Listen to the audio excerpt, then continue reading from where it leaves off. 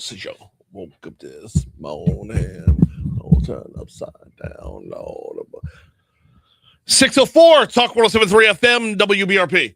Mornings with Brian Haldane off and running. Brian here with you, Bree Lynn producing, starting you off at 59 degrees in downtown Baton Rouge, starting you off for your 6 o'clock hour at 59. Broadcasting live from the 180 Pros studio. 180 Pros is it time for your IT to hit a 180? Visit 180pros.com.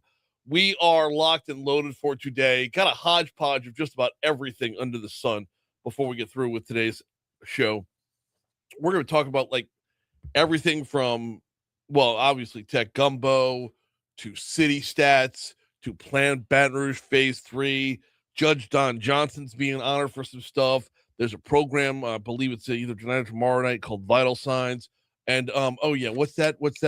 Oh, the winter storm that has a grip on the southeast, a white-knuckled grip on the southeast. We're going to talk about all of it. So let's dive in. Top stories and trending.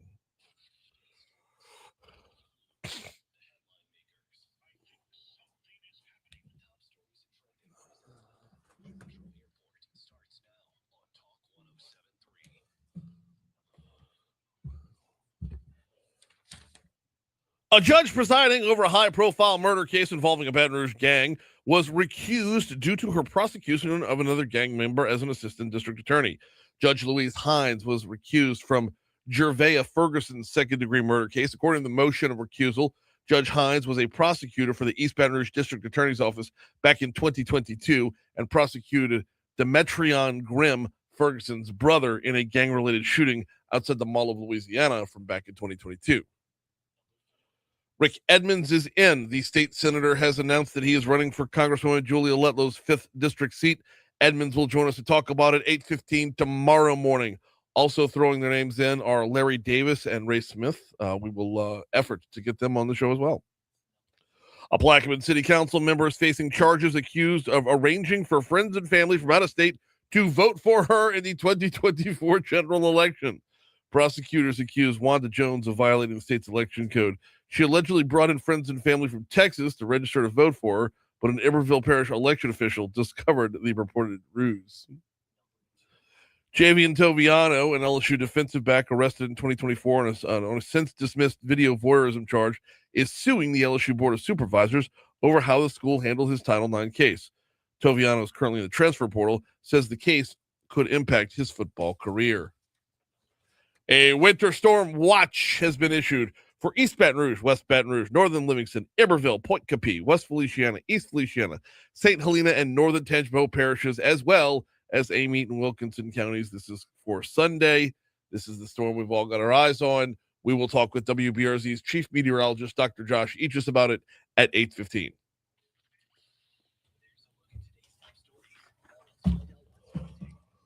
What you got, Breland? Adrian Gonzalez was acquitted Wednesday evening, of charges he failed in his duty to confront the gunman in the Uvalde school shooting.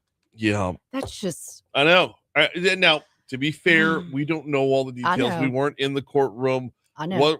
We've got way too much going on in our own lives to be following this blow by blow. But on its surface, I mean. I know. And I was Googling last night because I wanted to know. And then a couple of photos, ABC has a photo of him hugging his attorney, and he's just gutted. You could tell. Sure. He's thankful, but I'm sure he's sorry. Here's the thing that, it's fine. Be sorry all you want. But wouldn't it have been a little bit better for him, for his soul, to be found guilty? Like, wouldn't it have been a little bit better for him to have to pay some kind of consequence for his cowardice? Right. Like, my thing great, is... you skated again. Awesome. Okay, so he serves no time. You know that man, he's going to be hiding. Like... That's my point. Yeah. That's my point. For the rest of his life, not only did he have to fail as a coward in that moment, but now, like in a Hawthorne novel, he's going to have to wear that scarlet letter forever. Right. Man. Okay. Longtime sports reporter Michelle Tafoya has garnered quite a bit of attention on Twitter or X after announcing she's running for Senate in Minnesota. I don't know why people are losing their minds over this. Right? I'm bumping around Twitter last night. I was all over this last night. In fact, I had a few profanities in my tweet last night. Here's the thing. Oh, Well, no, so she's a longtime NFL sideline reporter, right? Yep. That is one facet of who she is. And that one facet of who she is. There's other facets, for example, like, her education, her background, the drive that got her to that post. That's a highly coveted job. It's not the same thing as being a senator. But you know what? Neither is being Stuart flippin' Smalley on Saturday Night Live. right. Michelle Tafoya is literally running for the seat that Al Franken used to hold. So where was all the outrage when Stuart Smalley was running? Right. Because I'm good enough, I'm smart enough, and doggone it, people like me. Like, that guy was a senator for 8 years, 9 years, whatever. She's running for that seat. It's always Minnesota. Yep, always Minnesota or California, because you have God, why am I going blank right now? Governor Gavin Newsom? No, way before. Oh, before Arnold Schwarzenegger. Yes, yeah. Hello. I mean, same thing. Okay, but then let's go right back to Minnesota because they had Jesse Ventura. Well, right. Brian's face. Always Minnesota. I know. All this talk about Greenland has resulted in a couple of unexpected trends, like how a lot of people have been looking into buying vacation homes there. Only problem, you need to be a Danish citizen to own land there. Okay. The whole dang thing is ice. 80% of it is a big ice sheet. Why would you want to? How about we live on a thing of ice? Brian. Oh, I can't wait for House Hunters. Right, the newest show House on what is Hunters it? International, HGTV? yeah. House Hunters International. Let's go to Greenland. Right. What is it? The brothers, the twins, how they have that show on The HGTV? Property Brothers. Yes. No, the one I'm hooked on, or Christy and I have been hooked on for some time now, is My Lottery Dream Home. Yes. It has nothing to do with the homes because people they win 20,000 on a scratcher, so they're buying a double wide. But the host of this show, every episode he does, he adds another tattoo, and he is the most over the top, flamboyant personality there is, and dresses Friday nights on HGTV because we're lame and we don't have lives. We're Friday nights on HGTV. My Lottery Dream Home is on repeat. I highly recommend. He is the personification of rage bait. You look at between the tattoos and the things he chooses to wear, they knew what they were doing. If you know, you know. Okay. If you don't know, then check out HGTV tomorrow night. It's so bad. How did we get off on that? I don't know, because people want to buy homes in Greenland. Right. That's why. 612 Talk 107.3 FM WBRP. We're going to talk about the transfer portal. We hit sports in just a little bit. Do need to remind you about the folks over at Neurojust. Neurojust.com, Neurojust, Neurojust.com is the website. If you or someone you know has been battling with anxiety or depression and has been thus far treatment resistant, meaning the sit-down talking out therapy doesn't really take, meaning you hate the way you feel on the antidepressants, give Neurojust a look. They specialize in transcranial magnetic stimulation, aka TMS therapy. TMS therapy is FDA approved. TMS therapy has 0 side effects because it's non-invasive. And oh, by the way, your insurance picks up the tab. Give them a look. I completely trust Neurojust, and I'll tell you this, I trust them this much. I sent my mom over there.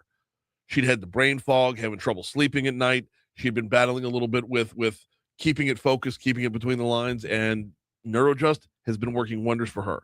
So if I could trust my mom with them, I think you could trust them as well. Neurojust.com. Coffee!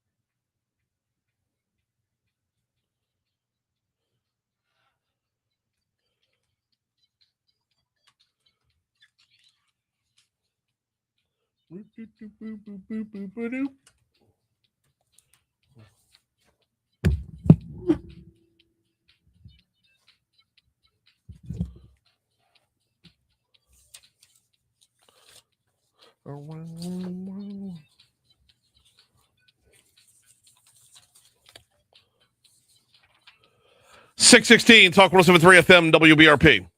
Mornings with Brian Haldane, rolling right along. Hey, every year, Louisiana's leaders, influencers, and decision makers head to Washington, D.C. for Washington Mardi Gras. Talk 107.3 FM will once again be right in the thick of it. Join me Thursday, January 29th and Friday the 30th as we broadcast live from the Washington Hilton for both this show, Mornings with Brian Haldane, and then a special afternoon drive show running from 4 to 6 p.m. Our coverage is presented by Presley Wealth Management, Rev, the Louisiana Mid-Continent Oil and Gas Association, and Restore, the Mississippi River Delta. Man, looking ahead to next week. Oh, it's going to be cold. Overnight lows in D.C. next week are 10. 10. That's freezing. Well, yeah, it's in the wind. I'm sure it's another. It's another 20 degrees below freezing. It's 10. Yeah. Any Hoosiers, at least the storm will be done. Hey, what's the storm going to look like? We're talking with Dr. Josh Eachus coming up at 8:15. In the meanwhile, it is sports time. Top-rated 2026 transfer portal class. Lane Kiffin put a lot of miles on the MMR plane, but did get it done. And oh, by the way, that number one class got even stronger yesterday when they signed Princewell Umanmielen of Ole Miss. Umanmielen had 45 tackles, including 13 TFLs. Last season, he had 9 sacks for the Rebels last season as well. Zach Nagy, managing editor of LSU Tigers on SI.com, says Umanmielen is an impact player. Cut 16, please. This is a game wrecker. This is a guy that you needed to add to the edge rusher room. Of course, you bring back Gabriel Relaford. You add Jordan Ross from Tennessee, a former 5-star prospect. But to go out and get a surefire gamer in Princewell Umanmielen, that's a big one. So Umanmielen entered the transfer portal back on January 15th, but had previously re-signed to stay with Ole Miss. So kind of had to buy out his Ole Miss end. Nagy says LSU is probably going to pay that buyout. This is an unprecedented situation where you could ultimately see Ole Miss enforce the buyout clause in Princewell Umanmielen's contract to where LSU ultimately would have to pay an additional sum to Ole Miss on top of the revenue share agreement with Umanmielen. Now, there could be one more addition to the transfer portal. They're still looking for Jordan Seaton. He hopped on a plane and went over to Atlanta and checked in with Jordan Seaton in his camp because that's where he trains out there in the Peach State. So, look, Lane Kiffin's doing all he can. We saw at midnight Jordan Seaton post a picture with Oregon's Dan Lanning. So you can never count out the Oregon Duck when you're fighting for the top players in America because we know Phil Knight and that Nike money is prepared to open up the checkbook. Don't forget the roster transfer portal. The roster tracker is available at LouisianaSports.net. It has been on top of every move that's been made thus far. It's 6:20. Here's the Fox Business Report.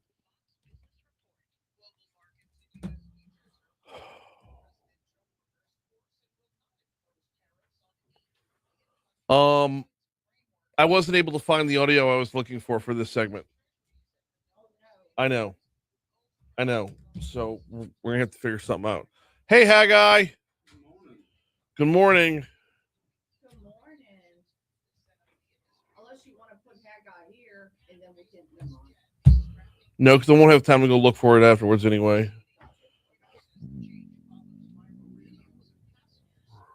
He didn't have time to find a cut, so we were going to push you up. It was my day to push you up, but he's like, he ain't going to have time. How are you? Wonderful. Is it still that weird mist outside, or rain mist? It's not raining right now. It's nasty enough. Oh, no. Goodness.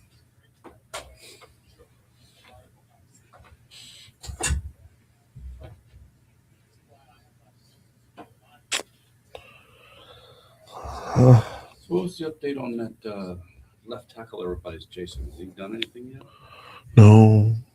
No, he's still just out there. Isn't there already past? It is past the time to get into the portal. No, to get into LSU. The last day to sign up for class? Well, yeah, he just wouldn't come here this semester. Okay. Yeah.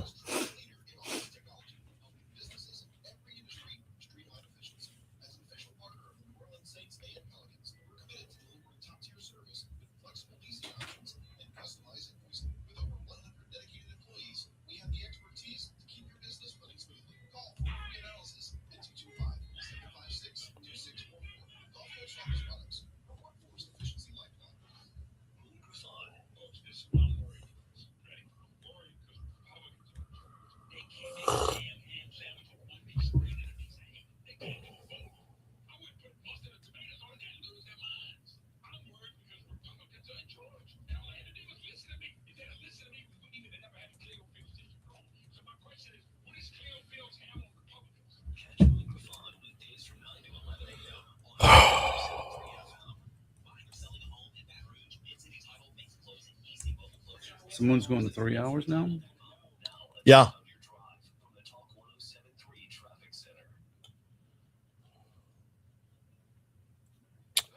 All right, we're actually going to start off right outside. We got some slowdowns on I-10 eastbound coming off the Mississippi River Bridge, off the Horace Wilkinson Bridge. A little bit earlier, there was about a half an hour, 40 minutes ago or so, there was a hit and run that's since been moved off the roadway 10 east by Laurie Burgess Avenue that has caused some tapping of the brakes, as it were. Not enough to make you want to change your route, really not going to slow you down a whole lot, but there are still some minor delays right there, so I bring it up.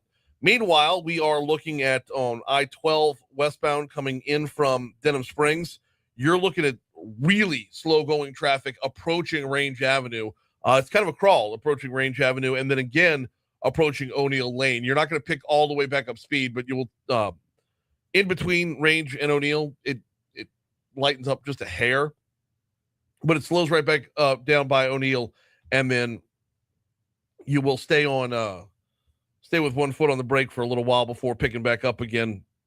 Actually, as I scroll through 12 westbound all the way up through the 10-12 merge, has some level of volume that's above normal right now. 10 westbound coming in from Ascension looks great. Surface streets, be on the lookout for a hit and run. This one's been moved off the roadway as well. Prescott at Mohican. There's another accident that's been moved off the roadway. Airline at Florida, which I'm guessing that's on Airline because those two don't actually merge. One goes over the other one. So Airline at Florida, be on the lookout for an accident there. And then also off the roadway up in Central, Greenwell Springs at Wax. That's your look at traffic from the Talk 107.3 Traffic Center.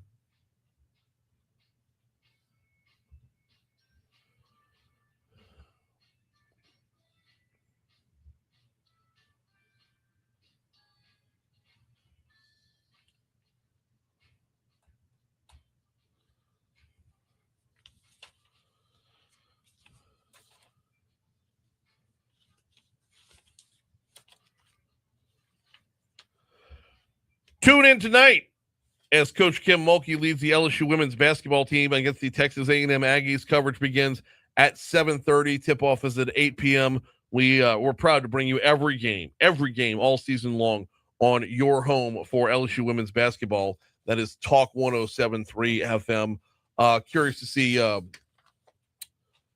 Tigers back in action tonight. I mean, they started off rough in Southeastern Conference play, and then really, really righted the ship as they've gone. They're what now, 3-2 in SEC play, and the SEC in women's basketball is an absolute gauntlet. So, gonna be watching out for that tonight. I know Coach Kim Mulkey was not on her coach's show on Tuesday. Over, well, I should say over right here on the LSU Sports Radio. Per the LSU Sports Radio Network, but broadcast right here on Talk 107.3 FM. Coach Mulkey was not on the show Tuesday. She was already in Texas. She's over in Waco with family. So as I understand it, she's just meeting the team in College Station to take on Texas A&M. The Aggies come into the game 8-6 overall, 1-4 in conference play. So LSU, number 6 in the nation, LSU, clearly the favorite by a good chunk tonight. In fact, ESPN and their little matchup predictor is giving LSU a 98.3% chance to win. Like in someone else's house, a 98.3 chance to win. Kind of ridiculous.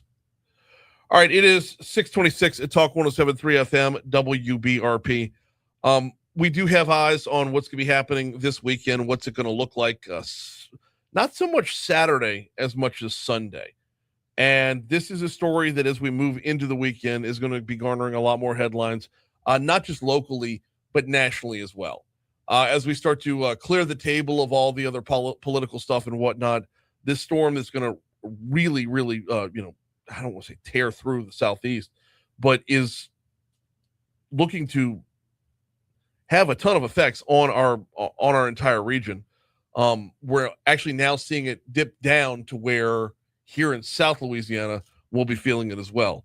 I told you at the outset of the show, and we'll remind you again in top stories next hour, that a winter storm watch has been issued for East Baton Rouge, West Baton Rouge, Northern Livingston, Iberville, Point Capee, West Feliciana, East Feliciana, St. Helena, Northern Tangipahoa parishes, as well as Amite and Wilkinson counties. This is for Sunday. So as you're mapping out what it's going to look like Saturday night and a Sunday, we're going to see a ton of rain. And look, don't take my word for any of this. WBRZ's chief meteorologist, Dr. Josh Eachus at 8:15. Okay. Saturday night and a Sunday, ton of rain, maybe some thunderstorms as well. The thing is, we won't see the freezing part of this until after the precipitation is pretty much over, at least as far as the timeline I'm looking at is laid out. Saturday's going to have a high of 62 and an overnight low of 35. And then Sunday, we're not going to get out of the 30s. And then Sunday night and Monday is going to be 23 degrees. And then Monday's going to top out at 42. Tuesday is going to be back up to in the 50s. So will Wednesday and Thursday. So it'll be short-lived, but a pretty hard freeze nonetheless. So 8:15, Josh Eachus, we got him. We are at 628 at Talk 107.3 FM, WBRP. As we move through the show this morning, a couple of other things that we're going to touch on, not the least of which is coming up next hour, Chris Meyer from the Baton Rouge Area Foundation going to hop on board with us. Latest city stats are going to be released later on today. But we're going to have a different conversation about Plan Baton Rouge Phase 3 because we've talked about it a lot. And at the same time that we've been talking about Plan Baton Rouge Phase 3, which is a lot of really big ideas, a lot of really big dreaming going on, right? A lot of let's plan big for our future. At the same time, though, Baton Rouge on a day-to-day basis is making budget cuts left and right in order just to keep the lights on. So how do we mash that up? How do we reconcile those two balances to say, yes, we're dreaming big and bold. Yes, we're going to go into the future strong. At the same time, though, what's going on right now, it stings. So I understand the sentiment that says, how can you plan big for the future when you can't pay for today? I get that. We're going to walk through both of those things with the Baton Rouge Area Foundation in our next hour. Before we get you to news at the bottom of the hour, I'm just clearing through my press releases, y'all. Before we get you to news at the bottom of the hour, New Orleans & Company put out yesterday afternoon an update on the Rockin' 1000. The Rockin' 1000, for those who don't know, is 1,000 musicians from around the world converging on New Orleans to play in the same band. I know, bonkers. How do you put that many people together at once? Well, they've announced that there's a special partnership with Raising Cane's for the pre-show. And get this, who's going to be joining them in said pre-show? How about Cowboy Mouth? Gotta love that. New Orleans & Company and Rockin' 1000 are excited to partner with Raising Cane's and 1,000 national musicians. This is coming up on January 31st at the Caesars Superdome. Looking forward to this. We've been talking about it a lot with New Orleans & Company, and we will continue to do so. Right now, though, we got to check news.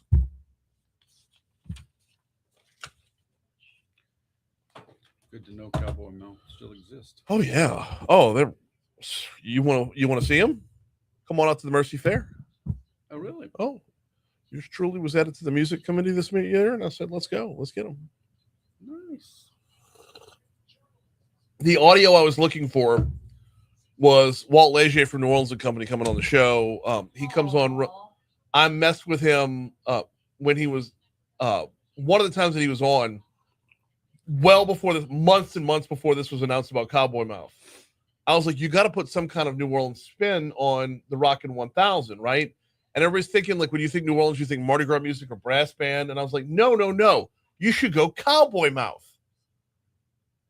And Walt kind of deflated and, like, I think this was in the works, and I kind of unknowingly spoiled the surprise. But I couldn't find. Yeah, and I'm like, Walt, look. That was JD. Oh, it was like October. Oh, yeah. Dang, he knew.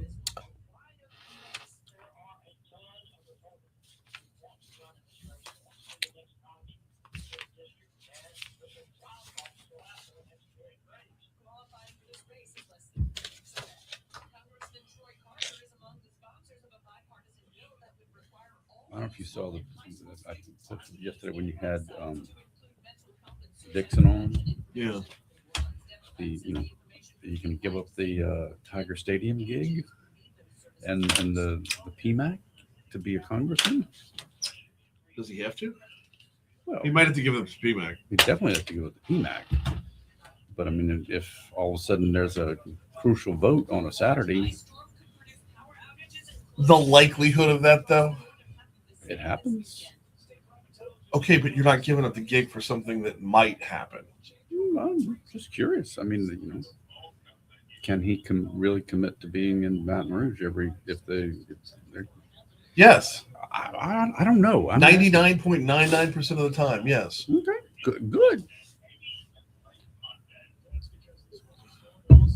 Haggai, we talked about this on the show, huh? That Apple plans to meet Siri and AI chatbot. Apple is using Google. Oh, okay. Yep, that's it.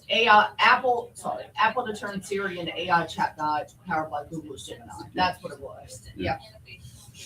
Yep. To where pretty much what I'm not going to say her name, but I say, and then I could get it to feed me some AI, whatever I want it to do. It'll be using the Google Gemini artificial intelligence instead of using something Apple's been trying to create and not doing a good job of. Yeah, because I don't like Siri right now. Nobody does. It's useless. Nobody does. That's why. Oh, by the way, you only sent me the email, not the attachment. Oh, so I didn't know if that was on purpose or not. No, it was. You send it real quick. Yeah.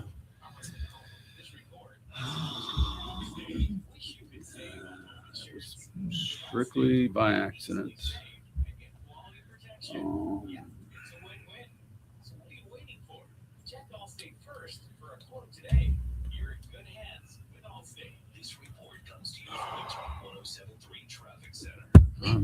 And welcome in, Christy. How are you doing, boo?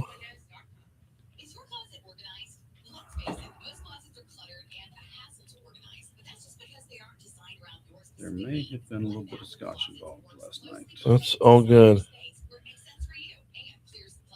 I went down to New Orleans yesterday after Rotary.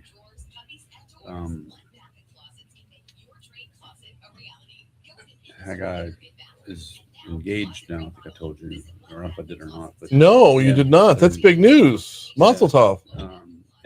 But they want to get married in New Orleans, and so they were wanting to. They're pretty sure they want to do it at the Audubon Clubhouse. Okay. So I drove down there to walk around being Joe cameraman in a Teams meeting with the person from Audubon as Monica's asking questions, and I'm not saying a word. I'm for an hour just walking around this building, videoing, letting them see it, kind of thing. And so it's like April of 27, April 16th of 2027 is going to be the date. Ooh. Underneath the oaks out there in the middle of Audubon Park. Just amazing. Day after tax day. Day after the Titanic sank. Day after Lincoln died. All of that fun stuff. It's also the week after French Quarter Fest and the week before Jazz Fest. Oh, that's a nice little in between, isn't it? Yeah. Worked out really, really well. I bet. Where's everybody staying? That's to be determined. They had to get the date. How many rooms are you looking for? Don't know yet. Why, you got to hook up? I'm not sure how much of a hookup for that time, but I can ask. I got people at Royal Sonesta. Oh yeah, because it might be 30 to 40 rooms. It's gonna be a lot of people from out of town coming in for okay. All their New York friends and all of her family, and a lot of our family too, coming in from all over.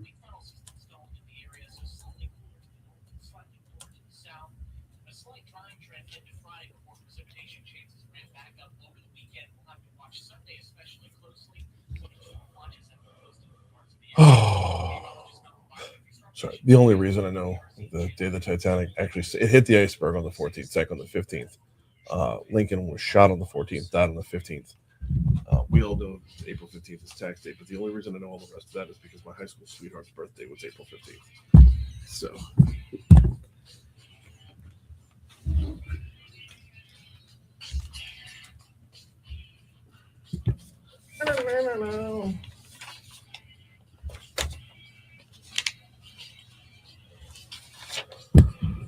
Carnival season is here, and Matherns wants to put a fresh king cake in your hands. Maybe just on a plate. Simply go to talk1073.com and click on the contest tab to enter. Every Thursday through Mardi Gras, me and Bree Lynn, we're going to pick a winner in your king cake. We'll be waiting for you at the Kenilworth location of Matherns. Happy Mardi Gras from Matherns and Talk 1073. In fact, we'll be doing that at the end of the show today. I knew there was. We sure would. I know. I left the last segment blank, and I'm like, why am I leaving? I know I'm leaving this blank for a reason, and that's why. King Cake Day. Yeah. Yep. I'm going to be pulling a winner shortly. All right. So, there is still time to get in. We should let's push back to about 8 o'clock before we actually draw. Okay. All right. Get in on the contest right now over at talk1073.com. As for now, though, it's time for a cup of Tech Gumbo.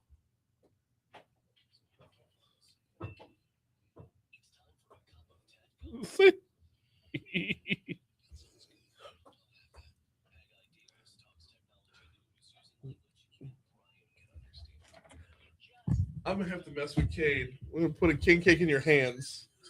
I'm just standing here holding a king cake.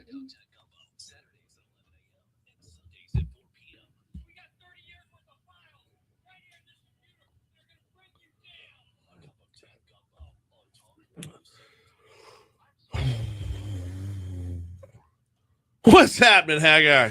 Well, Brian, know it's going to be like for the next several months for you on the show here.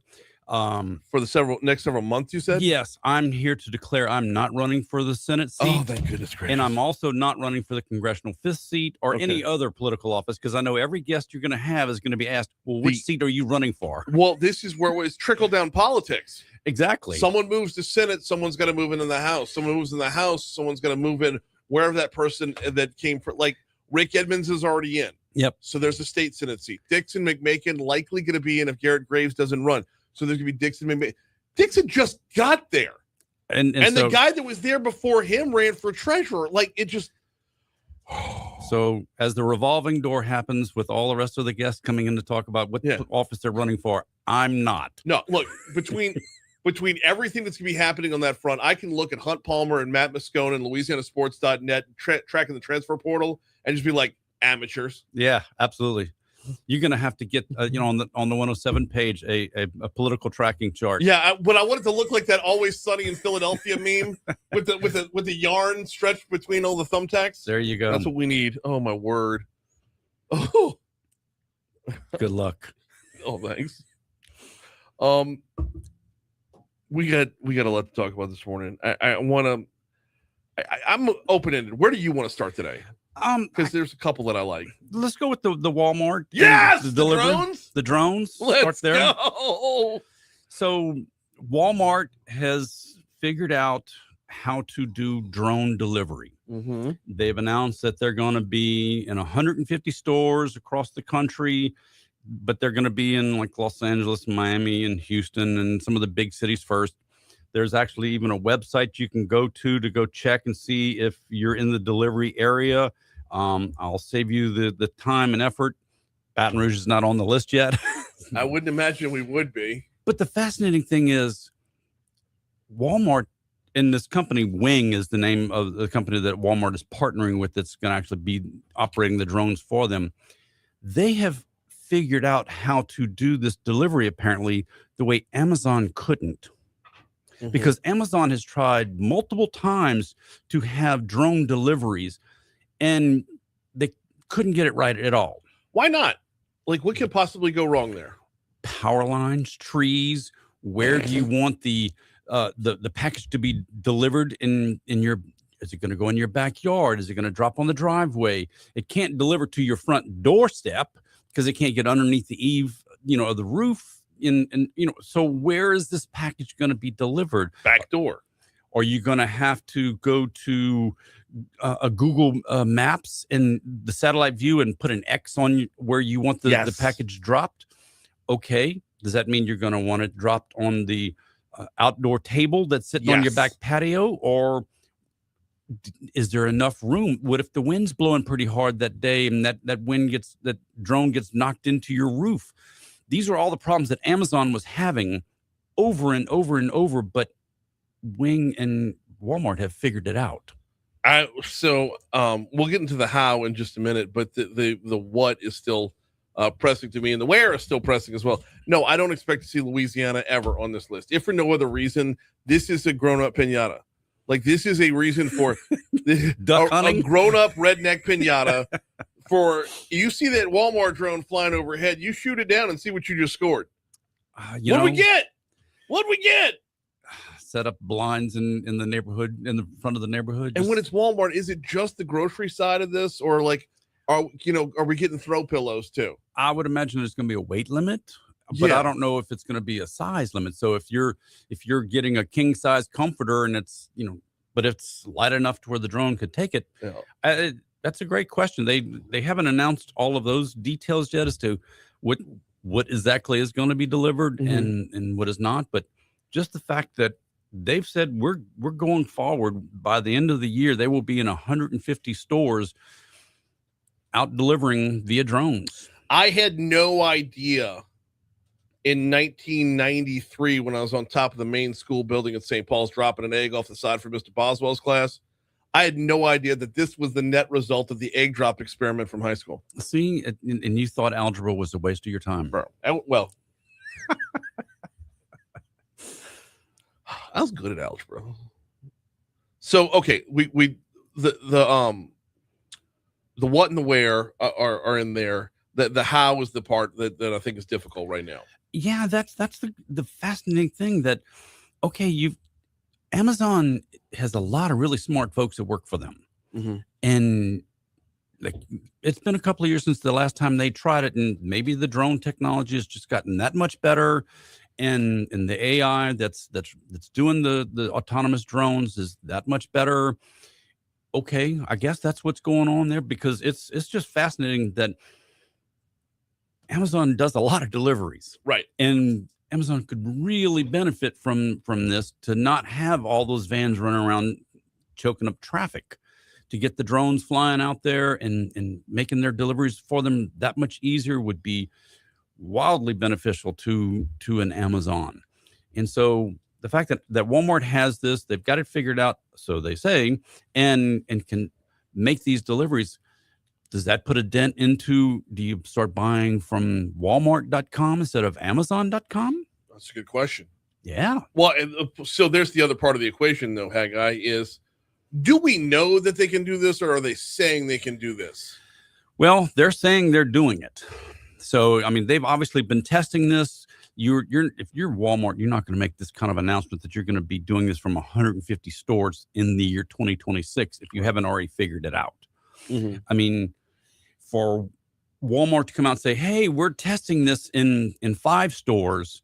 Okay, you're testing it, but they're rolling this out.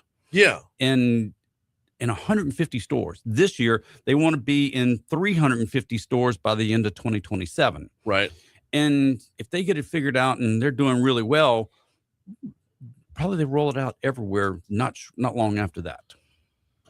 I'm wondering what their balance sheet looks like as far as like acceptable loss is concerned, to follow it up with a truck delivery on the back end. Like, we're going to send out for every 100 drone deliveries. If we miss on 15, we can get them back out there with trucks, and the customer's going to be just fine. Like, what's their batting average need to be? That's a great question. I would imagine it's going to be closer to 95% at least. Yeah. They've got to be really, really good at this, and they can't screw that up. But it's also going to be very short. Because there's so many Walmarts out there, as opposed to the one Amazon distribution center, or you got 15 Walmarts across the Baton Rouge area, so you don't have to go as far with your drone from Walmart to get to you, as opposed to the Amazon distribution center, I should say, that the one in Industriplex or the one in Port Allen. Let's push pause real quick. He's Haggai Davis. We're doing a cup of tech gumbo. We'll continue next.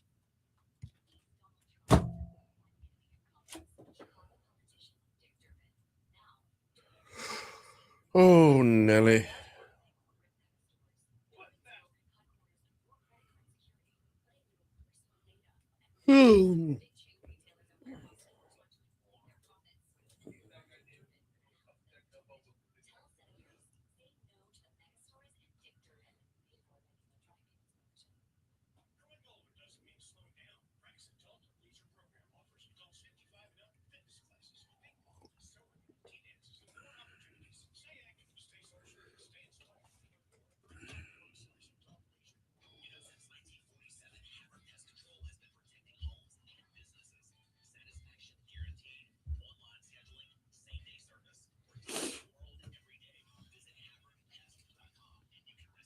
So DJ Thomas is back on the floor the other night. Yeah. He got a good 15 minutes worth. Boy, he was looking rough. He'll be back to form though. But DJ Thomas on the floor for the first 4 minutes. They're coming back in after the first media timeout. And I think it was LSU was up by 2 at the point, or down by 2. When Jalen Reese comes in the ball game, and John Brady's saying Chris, now's the time that LSU's going to want to build up like a 6 to 8 point lead, get themselves a little bit of comfort room right here, blah blah blah. And not 10 seconds later, I mean, it was the same possession. Blair's like, Jalen Reese bringing the ball to the floor, looks to get it down to Mike Nwoko, puts it in the stands. Damn it.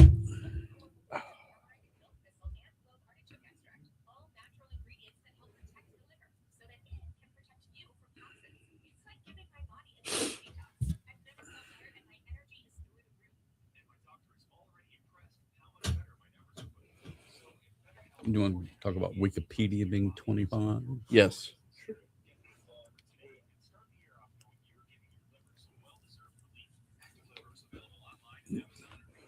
That and Meta has abandoned the metaverse. Saw that too. Which is funny. I don't know what the hook is there for a topic. It is really just laughing at Facebook. I mean, at Zuckerberg, that's all we did with it. You dropped $75 billion on that 4-year experiment.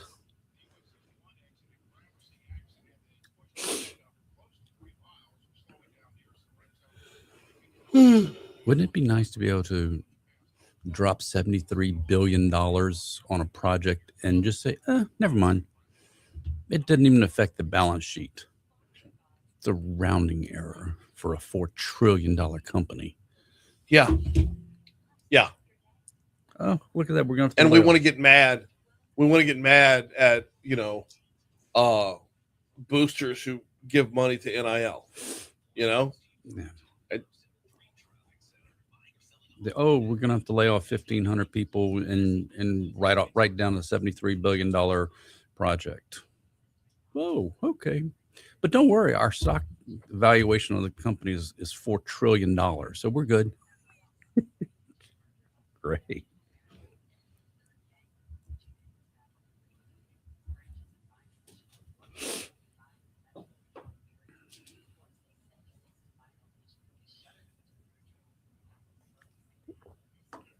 Berlin, you grew up in Houma? Is that what I heard you saying yesterday? I grew up in Houma. Yeah. Born and raised on the bayou. Mesha. Yep, Miss. Yeah. I'm down in Morgan City. Oh, no kidding. Yeah. Yeah. Houma was, gosh, I remember growing up. Martin Luther King was 2 lanes. We used to go to Southland Mall every August right before school started. Mom would drive us over there to Sears to go buy Tuffy's blue jeans and run. We'd go to Piccadilly for lunch, and we'd go run around to the mall and play. Yep, the Southland Mall. Southland Mall.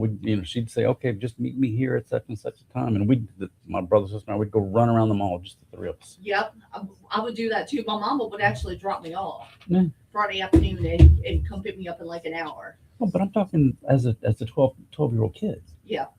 Kind of stuff, Y'all, I love me some Tampicos. They Did the one in closed. Morgan City close? Yeah, they're all closed. Yeah. Even the one in Berwick? Or I think so. Yeah. what? The Even the one in wobble. No, not the same. Sorry. What? I don't know how that happened. I didn't hit that.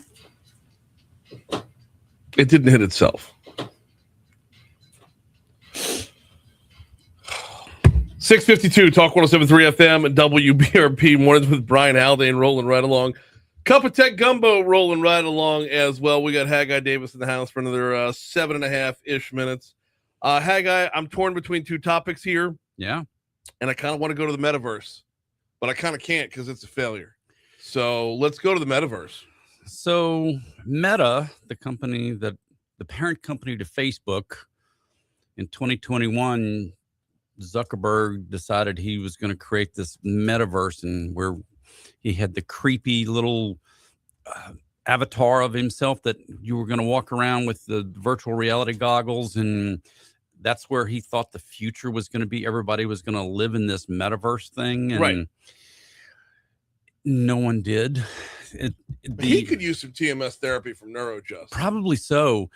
They spent $73 billion over the past 4 years trying to get this thing to go anywhere. And the only people who ever used it were people who were using the workouts.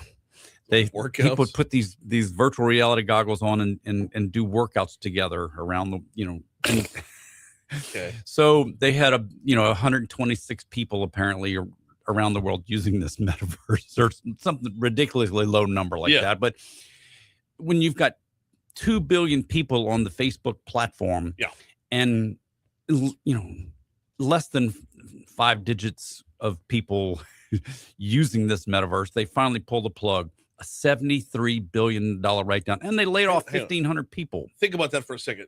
$73 billion. And it wasn't even a rounding error. No. They're a $4 trillion company. I understand, but think about how bonkers that is, Haggai. Yes. Because think about it in these terms. How much blowback would there be if we wanted to build another Superdome in New Orleans? That would probably have a $1.5 to $2 billion price tag, right? Oh, at least. So we could build a good 50 Superdomes for what they wasted on the metaverse. You could spend $1 million a day. Yes. And it would take 200 years to get to $73 billion. Yeah.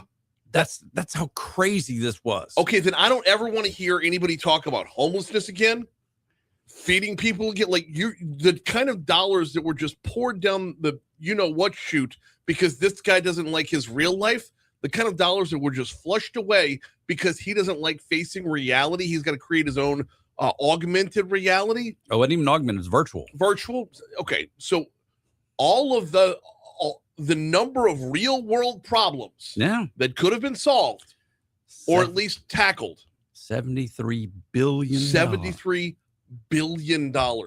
And now 1,500 people are looking for a job. Oh, yeah. Let's not forget about that. And, it's just staggering that. Now, the interesting thing, their virtual reality goggles that Facebook sells, they are doing really well with those because people are using for anything but the metaverse. Right. And also the Ray-Bans augmented reality glasses are doing pretty well with their sales. A lot of that technology that they've learned did come out of that project, but that project is over with because it was creepy. Creepy is a good word for it. Yeah. Creepy is about the most apt word possible for it. When you think about failure on scale, right? Yeah. And nobody's going to blink an eye. Nobody's going to call him to task for wasting money. But we love to hate on the right rich people, and we love to just ignore the other rich people. Could you imagine putting that on your resume? I had a $73 billion screw up. Yeah. Boy. I would love to put that on my resume. You think? I mean, because if I have $73 billion to screw up, I'm probably not sharing my resume anywhere. Well, you probably would have bought Twitter by now. Yeah. If you had $73 billion. We're going to run out of time before Grok, by the way. Thankfully. Wikipedia is 25 years old. Yeah. They started in 2001, and Wikipedia is so good.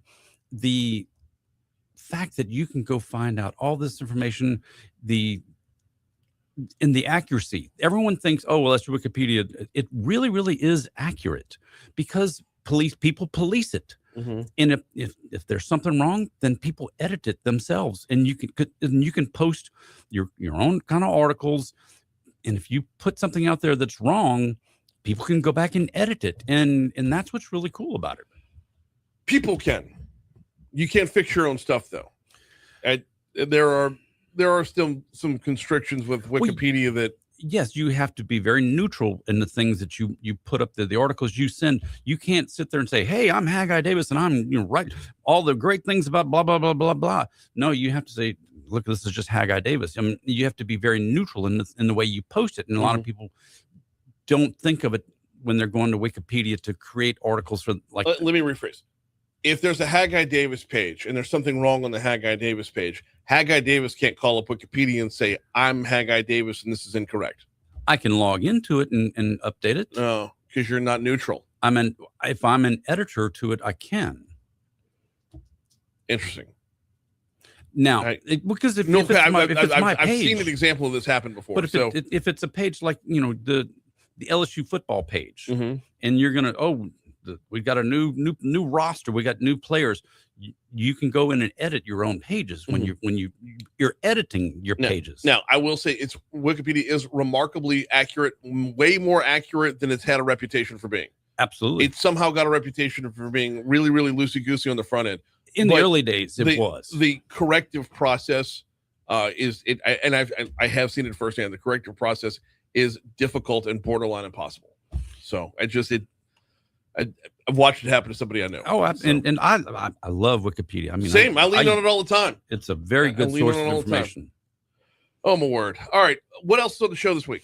So we're going to talk about they're going to another Sphere going to be building one just outside of DC. This one's only about the third of the size of the one in Vegas. Okay. Canada's going to start importing Chinese EVs with no tariffs, unlike us in the tariff world here, which is going to put a interesting spin on things. And then we talked a lot about Grok and the cesspool that it is continuing to be. Catch it everywhere you get your podcasts on demand. Of course, on air, you'll get a full serving of Tech Gumbo Saturdays and Sundays right here on Talk 107.3 FM. He's Haggai Davis. We always appreciate the time, man. You bet. We're coming up on 7 o'clock at Talk 107.3 FM. News is headed up next, and we'll talk with Chris Meyer from the Baton Rouge Area Foundation at 7:15. So, no, I'm out next week, right? You're in DC. I'm in DC next week.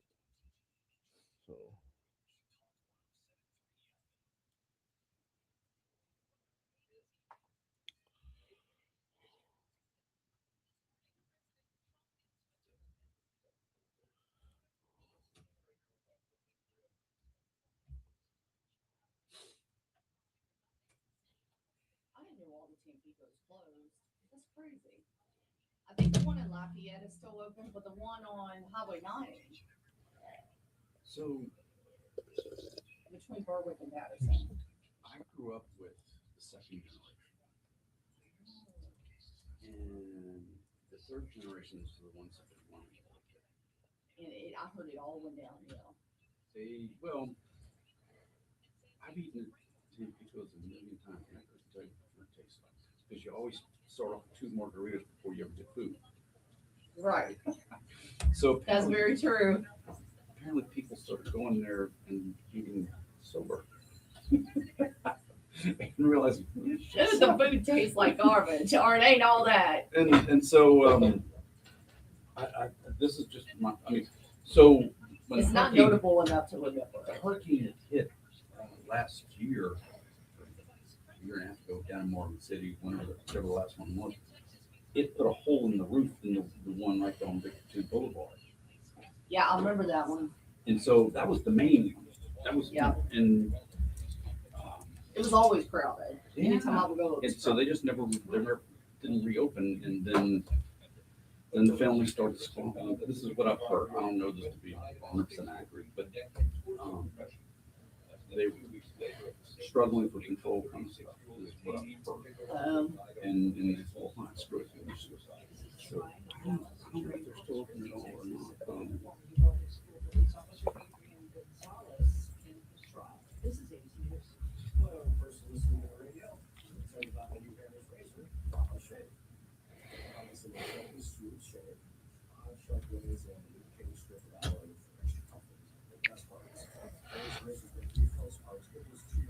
Remember, we have that cut from yesterday too, Brian. Robert Kraft. That would have been a good 625 segment when, damn it. All right. Just remember it for Friday. Yep. Thank you. So their website looks like there's still a Lafayette and a Bayou Vista. Okay.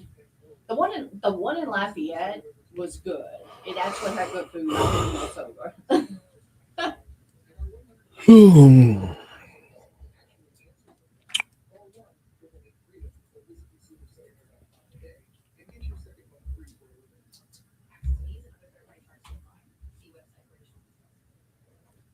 check on your drive from the Talk 107.3 Traffic Center. My dad was born in Patterson. He lived there behind that. It's a chicken place now, but back in the day, it used to be a gas station. I think it's Popeyes. But it's no Danny's. Danny's. Oh, Danny's fried chicken. He lives down. He used to live down that road, right? But back in the day, it was a gas station. And he played football patterns and all that.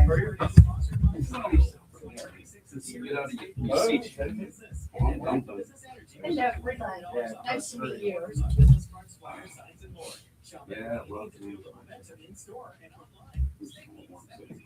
Talk about what it looked like back in the day after Katrina just Katrina just Talk 107.3 weather. yeah.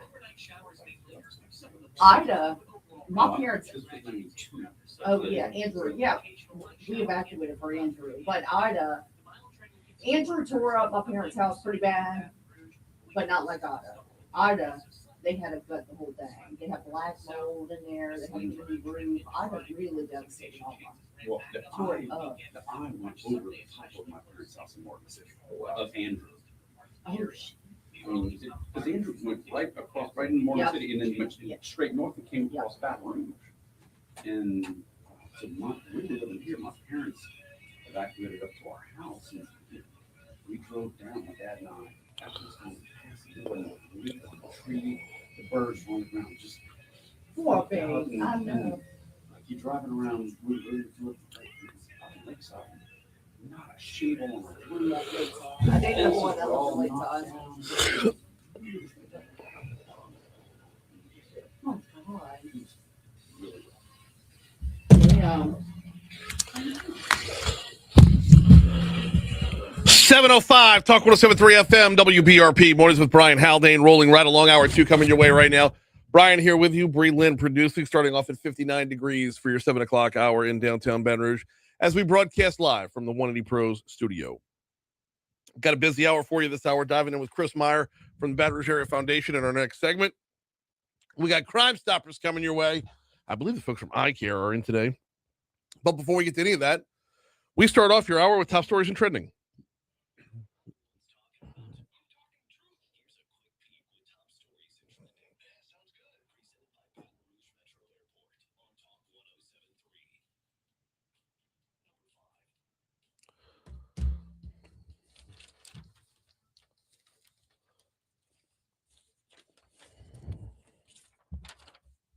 A judge presiding over a high-profile murder case involving a Baton Rouge gang member was recused due to her prosecution of another gang member as an assistant DA. Judge Louise Hines was recused from Gervais Ferguson's second-degree murder case. According to the motion of recusal, Judge Hines was a prosecutor for the DA's office in 2022 and prosecuted Demetrion Grimm, Ferguson's brother, in a gang-related shooting outside the Mall of Louisiana way back in 2022. Rick Edmonds is in. The state senator has announced he is running for Congresswoman Julia Letlow's 5th district seat.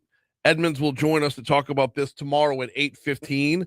Also throwing their names in are Larry Davis and Ray Smith.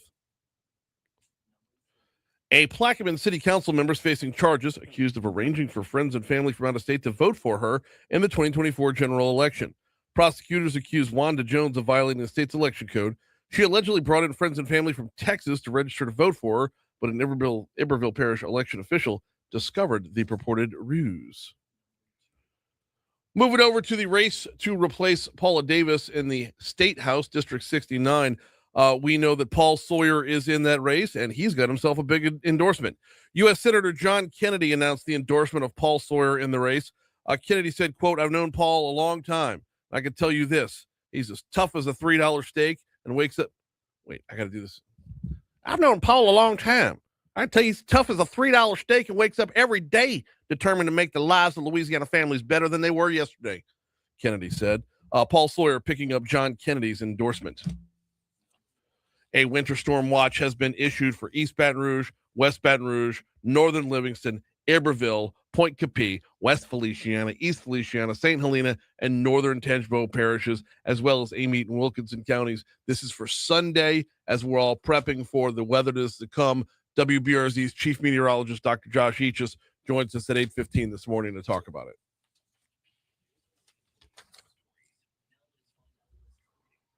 What you got, Breland? Adrian Gonzalez, this was all the talk yesterday as closing arguments were heard. He was acquitted Wednesday evening of charges he failed in his duties to confront the gunman in the Uvalde school shooting. So this is the former cop who, while kids were being Yep. slaughtered, just kind of stood out there in a hallway around the corner or Yep. something like that. And just waited. Waited. Time was passing.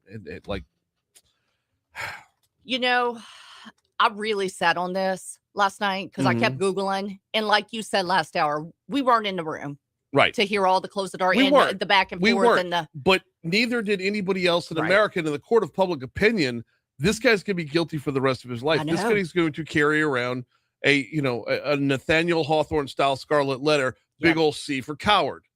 right, And I don't know if he deserves to or not. right. I know what we know on the surface, what we've seen on TV. Absolutely. The way, the amount of shame this guy's going to get thrown his way. I know. Whew. All right, longtime sports reporter Michelle Tafoya has garnered quite a bit of attention on X, Twitter, after announcing she's running for Senate in Minnesota. I see nothing wrong with this. People are questioning her qualifications, saying being a sideline reporter for the NFL does not qualify you to run for U.S. Senate. Well, I would just posit this, and I did so last night on Twitter, and I used a few dirty words when I did it, oh, by the way. This is the exact same seat that was held by Al freaking Franken. Yep. Y'all elected Stuart Smalley. Don't tell me Michelle Tafoya is unqualified when an obscure Saturday Night Live star, cast member from the 80s. If Al Franken's qualified, Michelle Tafoya is qualified. Right. You elected Stuart Smalley. I'm sure Michelle Tafoya is good enough, smart enough, and doggone it, people like her. You know, And that's okay. Brian, the thing Yeah. is, it's a different. We're talking about 2026. You have Spencer Pratt, which many don't know who he is, but he's a reality TV star. He's running for mayor in Los Angeles. You got Donald Trump. He's the president. It's just a different. Is this new? No, okay, I'm going to push right back on that. It's not new. We brought this up last hour. Arnold Schwarzenegger has been a governor. Jesse Very Ventura true. has been a governor of Minnesota. It's Always Minnesota. Always Minnesota. Jesse Ventura has been a governor. Sonny Bono has been a mayor. Clint Yep. Eastwood has been a mayor. You look at the number of people who have churned through Congress as well. Your background is one piece of who you are. And it's sorry if I'm going to get a little, Pollyanna about this, but it's part of the beauty of America that we are of the people, by the people, for the people. You don't have to come from a ruling class in order to qualify for a job. It is up to the people to put you in that job. That's the only qualification, is what happens in the voting booth. Right. All this talk about Greenland has resulted in a couple of unexpected trends. Pennsylvania put a guy in the Senate who was 2 weeks removed from having a stroke. John Fetterman couldn't put together full sentences. Turns out he's one of the most reasonable guys on the Hill now. But at the time he was elected, the guy could barely dress himself.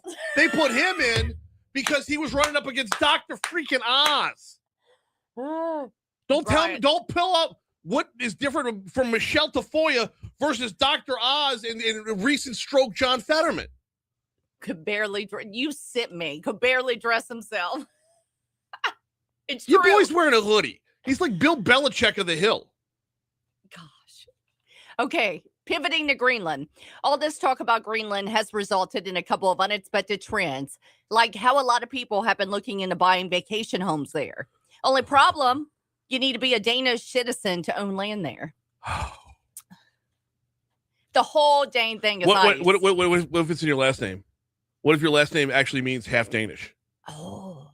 Can I buy a house? And what if I do a swab? I stick a big old Q-tip up my nose, No, send it off for DNA and be like, I'm Danish. Can I buy a house? No. What if you just really like to eat Danish? Hey. I want it on a big boulder of ice, too. A house on ice. Who's really looking for a house in Greenland right now? A vacation home, no less? I mean, I want a house on the beach, not Greenland, on ice. Right. It's 712, Talk 107.3 FM, WBRP. Speaking of buying a house, if you are looking for a banker to partner with, and when I say banker, I don't mean bank, I mean banker to partner with and mapping out where your family's headed, where your hopes and dreams are headed, or where your small business is headed, give Landmark Bank a look. Community bank since 1897. And whatever it is you need from a bank, they can do it. And whatever it is you need from a banker, you have someone you can rely on.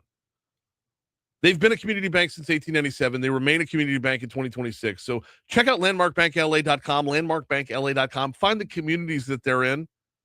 If you've got a Landmark Bank in your community, you want that kind of partner. Landmarkbankla.com. How are you, sir? What's up?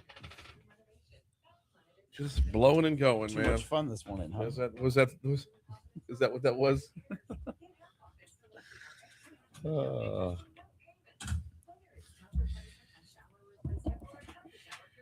We're good. Yeah. We're doing the city stats tonight. Yeah. For with Christelle. Mm-hmm. Plug that at the end or something.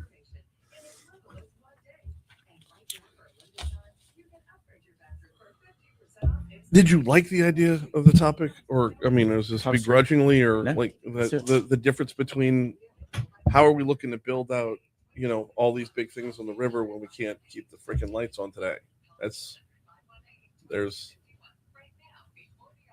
I'm getting zero read on you right now. I'm getting zero read. I mean, let's do it. All right, let's do it. all right. Yeah, it might lead me to talk a little bit about Shreveport and New Orleans. It's amazing the amount of money. The moment I get back home from Washington D.C., Yeah. my mission in life is to get 50 Cent on the show. Yeah. But we're also the capital where they do business, and how reluctant they are to spend money in the city. It's interesting. Where are you posting up? Where's your show from? I got to double check everything today with Lauren, but LSU alumni. Oh, cool. Yeah, all 4 shows. So way better than being a nomad. That last year was rough. Yeah, my first year without Garrett was rough. So when I could post up in Garrett's suite and just move all my stuff behind the curtain, move it all back out, behind the curtain, back out.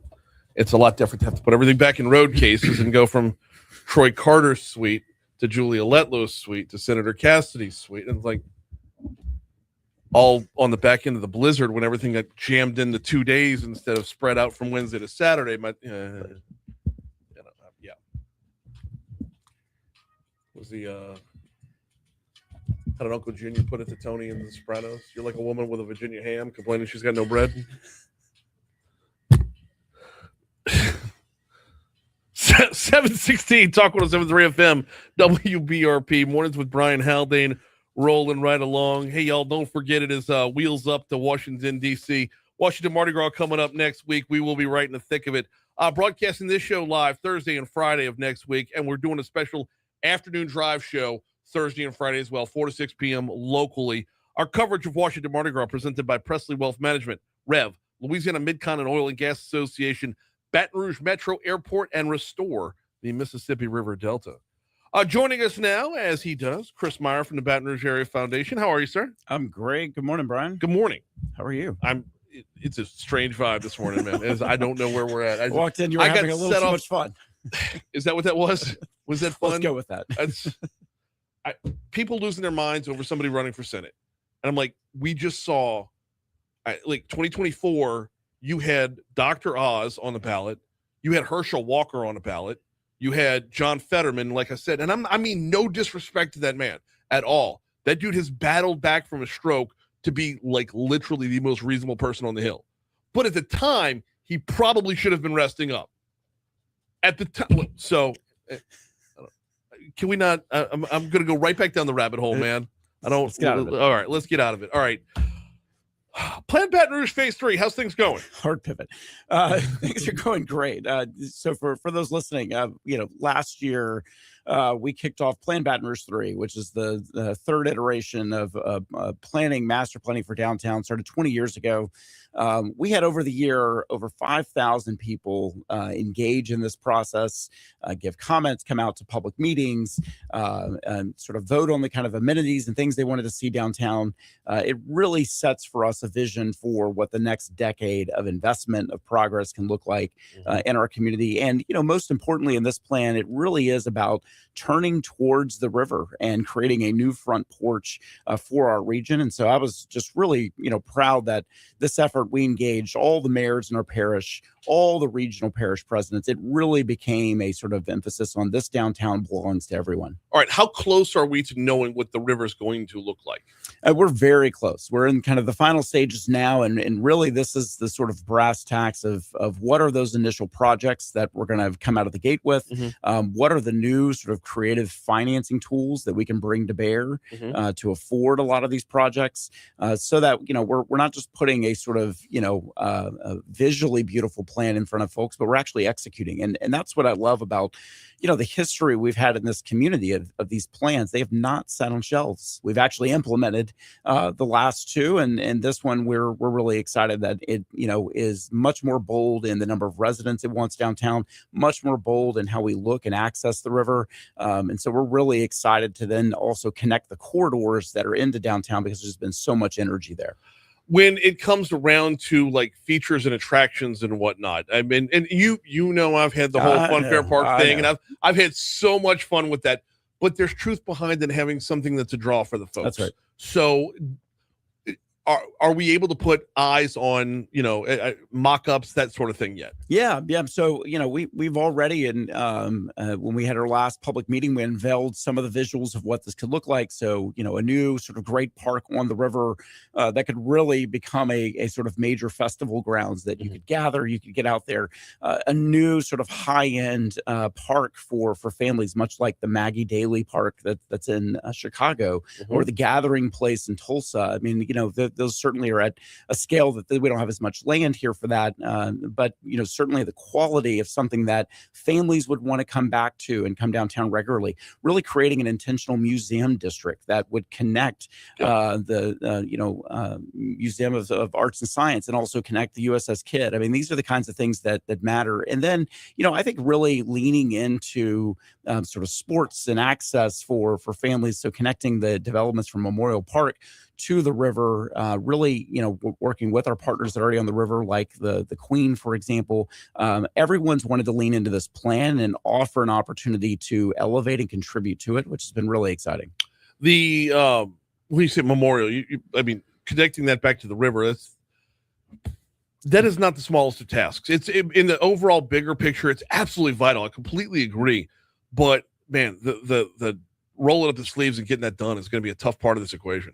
Well, intentionality about trails. I mean, one of the things that's been going on in our community that we haven't sort of focused on as much is really the sort of greenways throughout our city. And this plan sort of takes account of those that intentionally you could see then connection through downtown, up to Memorial Park, up to the LSU Lakes, under the interstate. I mean, these things really then allow, families again to bike, to walk, to run, and really connect into our downtown in ways that right now there feel like there are a lot of barriers of sort of physically getting in, and that can turn people off from wanting to come down here. And so that's really what this plan tries to emphasize. And so I think coming out of the gate, it's both about sort of the big ideas, repurposing the River Center, for example, but also the small ones of creating demonstration projects and small blocks to sort of showcase, well, what does it look like when you move, more restaurant seating out, when you create, new spaces for families to come and actually play. I mean, one of the things in this original plan is someone said to me, they said, there's not a single playground in downtown. I can't bring my kids here and do anything with them. And so these kind of ideas, again, from the grand to the small, those things matter in executing this plan. There isn't a playground downtown. It's not a playground downtown. It's amazing. It's amazing. And so again, we can do both the small and the big things. And I think this plan, as it articulates all the different implementation steps we're going to take. And that's really our commitment, is to ensuring now that we turn to implementing the plan. And so I'm excited about the partnerships we've built, the thousands of people who've been involved, all our parish leadership around this region. It's really, really inspiring. Well, and the reason I say that the Memorial and Goldsby, for that matter, Yeah. as well, because that factors into this too. You want the entire like megaplex over there. I'm putting that name on it, but it steps outside of that 10-110 box, you know, to go up 110 a little bit. And the Nicholson corridor, the 10-110 box that is downtown, like it's the only one that really branches out beyond not your natural flow of traffic, I guess I would say. Yeah, and that's why the gateways and intentionality to them really matter. Right, so right. in this plan, you'll see even this sort of, I don't know how to describe it as well, but this very intentional kind of park using the natural drainage basin that exists up at that sort of 110 curve of opening that up in a way that it feels safe, it feels accessible. It's something that you would want to keep walking and continuing on a trail to then experience a whole new set of sort of sports amenities and entertainment amenities.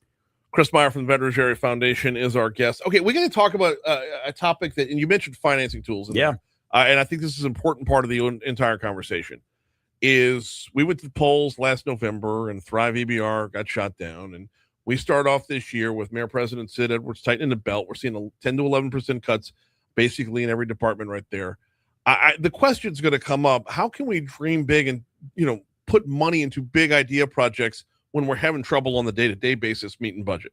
Yeah, look, I mean, we've first answers, we've done it before. The second is that, vision really does lead to investment. And I think in this plan, it's not about leaning on the public sector alone. We're not certainly waiting on the public sector to invest. There's certainly steps the public sector can take that I think creates the right kind of incentives. And a lot of those doesn't cost the city anything. Again, if we, for example, get into opportunities like pilots where you can, allow developers to make upfront payments in lieu of future taxes. If you could create sort of deferred taxes on property, if there's public land where we could create a public-private partnership and allow a developer to come in at low to no cost and develop that property, again, that brings value into the community where more people are spending. Tax revenues will go up. And so it really becomes a win-win for both the private developer and for the public. One of the things we're seeing in Northwest Louisiana right now is downtown Shreveport's about to get revamped. 50 Cent has bought in for G Unit Studios and all this other stuff. I mean, he's bought in big time on Shreveport, and we're in the early stages, the building stages of seeing Shreveport get a complete facelift because of a huge investment from literally just one guy. Well, and also though now the partnerships are there. The partnerships are there, but in a public-private partnership, he's the private end. And he's a really, really big private. Well, and Shreveport turned over a lot of those buildings to him for no cost, basically, because they saw the value in that. The state of Louisiana has been reported is going to invest heavily in that. The state of Louisiana has invested heavily in New Orleans and its entertainment infrastructure. I mean, we are the state capital. And so at some point, too, our delegation, our leadership needs to get together and think, again, creatively. It's not about handouts. It's about smart investments. And, with our state capital and being really the front door to world leaders that want to come and visit here, business leaders that want to come visit, our governor and others, we need to put on the best face possible. I think you see the same thing being talked about in DC with the president of you want the capital to be the most beautiful place it can be. And so this really is one that we've been excited to have the partnership with the state from the beginning. We want to leverage those tools. We're not looking for, handouts, but we are looking for really smart ways to invest. And we already have private developers in the city that have made significant contributions downtown. Now it's about aligning all those interests. And so that's how you get it done. And again, I'm really proud. Our mayor's team, our state's team from LED to the Division of Administration, everyone's been at the table really working on this plan. And so we're excited that it'll triple the number of downtown residents. We can make the major reinvestments in things like a new headquarter hotel at the River Center, but also can do the small things like creating amazing playscapes for children and families. Absolutely love it. We got Chris Meyer from the Baton Rouge Area Foundation talking a little bit about PBR 3 over there, Plan Baton Rouge 3, not Absolute Revenue, Plan Baton Rouge 3, as the implementation is on the way. You mentioned that about the U.S. Capitol, about Washington, D.C., making it as beautiful as it can be. And there's something to be taken away from that, Chris, about like, let's have a little bit of enough pride in ourselves to know that we can invest in ourselves. And when it's worth it. 100%. And when you paint such a big vision like that, again, investment follows. So the 50 Cent example, when we're chuckling, but like quite literally, he's painted a vision to create a new entertainment sort of platform and empire in that community. And that passion and that drive, people, investment and money is now following it. Same thing is going to be true here. And so, this plan was really made of the people. It has a grand vision that connects out. It's not just sort of downtown for itself. We recognize this belongs to everyone. Bringing our universities downtown, that's another big feature you're going to see in this plan.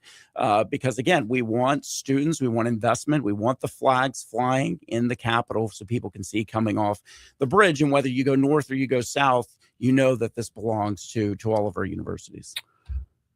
2025 Baton Rouge City stats.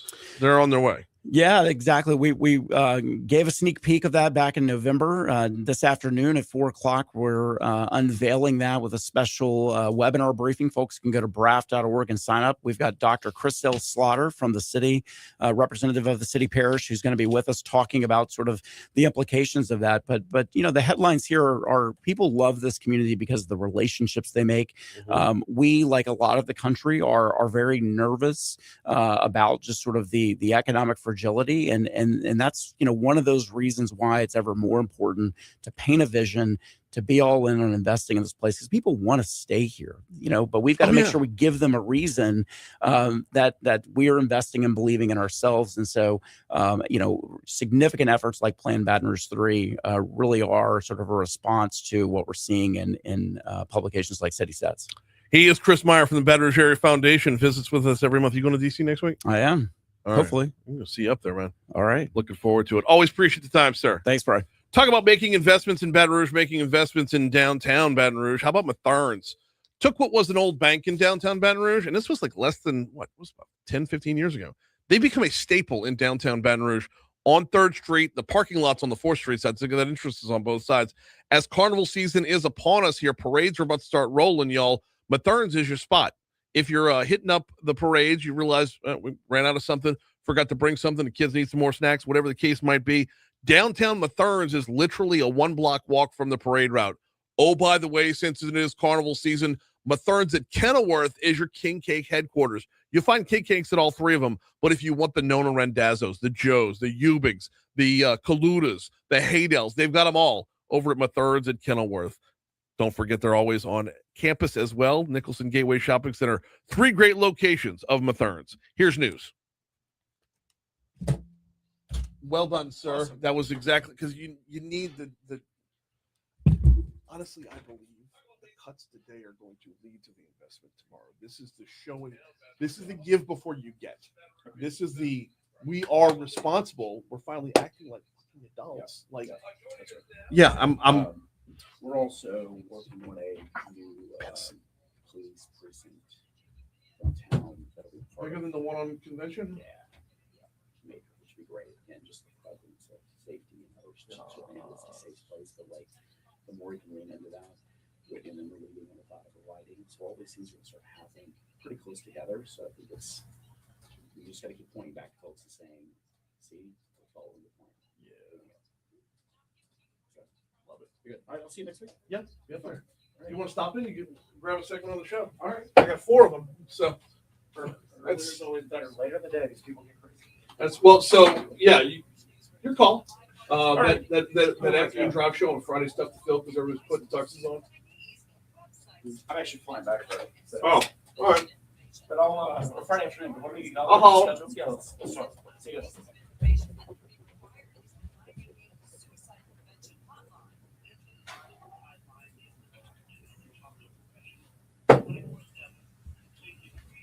Oh.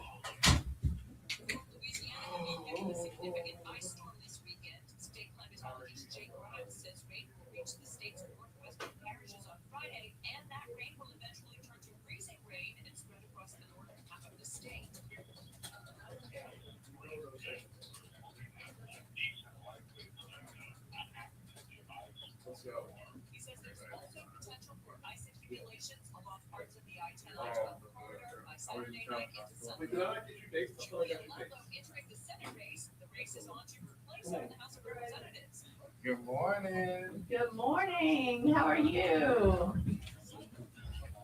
Woo-hoo. I'm good for right now. I've been going slow this morning. First, Yes. okay. Good morning. Good morning. Good morning. Freeland. Nice to meet you. Susan. Nice to Good meet morning. you. Oh, he's good people, huh? He's a mess though. I see he has you real now. Yeah. All right, let's get a picture. Want to stand up Yeah. there? 1, 2. Can you put my my logo up instead of? This is for. All right. Hold on, let me get my mouth shut. Oh, Good, we're good, doing good. that there. Hold on, y'all. Okay. Just trying to do an up. Love your sweater. Thank you. You see what I deal with? All right. 1, 2, and got it, Yep. and got it. Awesome. Thank you. Good deal. All right, thank you. All right. Right here.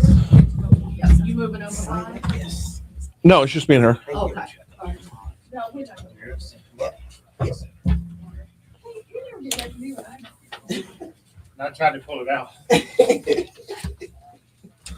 you spell your name for me so I can put it up on the screen? That's my fault. L-A-T-O-S-H-A. Mitchell. L-A-T. O-S-H-A. Mitchell. That's okay.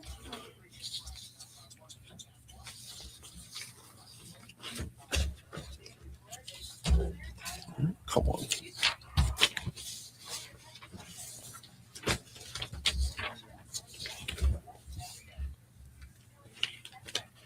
And it is pronounced Latasha, right? Not Yes. you're not gonna hit me with like a long O.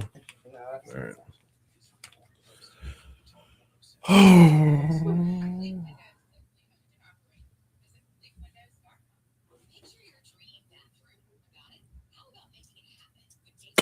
Water.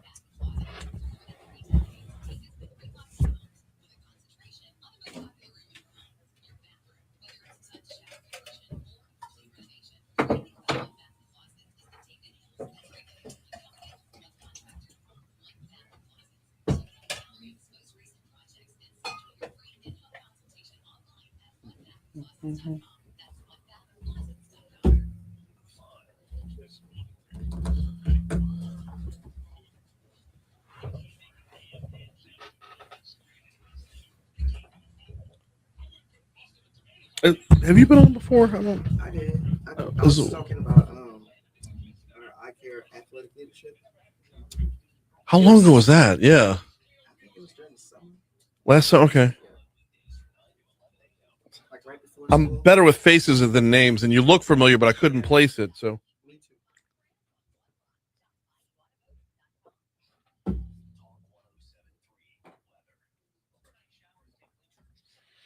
You think it's gonna snow? no, I think it's going to freeze. I think there's going to be. I think there will be ice on the ground because I think we're going to get a lot of rain, and then the way it's going to map out is like after it's done raining, it's going to freeze at night before it dries up. So Monday morning is going to be rough on the roads. I think they. That's the part that scares schools. I was going to say I got a daughter in 8th grade and a son in 4th grade. Well, I got another one who's up in Hattiesburg, and I told her, "You stay in your dorm this weekend. Yes. There's no going out. Like if you want to throw a party in your dorm, throw a party in your dorm. But you stay. I will bring you liquor. Like When I tell you, it doesn't matter if you think you can make it to like the end of the road. yeah. You're not. Because It's when we had the blizzard last year, you were off of school and you never got out on that ice. You have not driven on ice. And you're darn sure not going to learn up in the hills. You know? 736 Talk 1073 FM, WBRP, mornings with Brian Haldane, rolling right along. I'm going to dive into Crimestoppers in just a second. We got to remind you about the folks over at the Baton Rouge Metro Airport. FlyBTR.com is the website. Man, looking forward to it. This coming Wednesday, I'll be over at the airport. Already got my real ID so I can fly and everything. I'll be over at the airport, hitting that flight to D.C. for Washington Mardi Gras. If you've yet to make your plans, your travel plans for Washington Mardi Gras, there are plenty of available flights, not just the direct flight. The direct flight is the most convenient one you're going to find. Absolutely. You fly out of Baton Rouge, land at Reagan National, comes back in the evening. But there are other flights as well. If you wanted to connect her along the way to knock down some of the price, they can do that too. FlyBTR.com. Learn about your options. learn about what's available, learn about the convenience, the overall convenience of flying our airport. We've got a great airport in our own backyard. Learn about the convenience of not having to drive an hour down the road and deal with that TSA maze and those overpriced parking charges and all of those stuff. Flybtr.com. All right, it is time for Crimestoppers. Let's roll.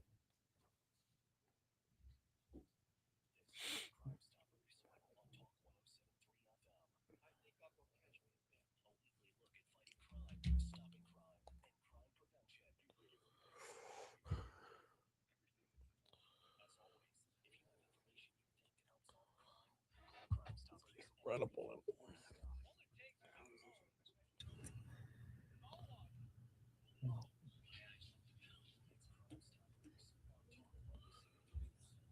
It is time for Crimestoppers, and once a month we welcome in the folks from eye care. Today we're welcoming in Latasha Mitchell. We're talking violence prevention with specialist Latasha Mitchell. Welcome back. How are you? I appreciate the opportunity. I'm feeling great.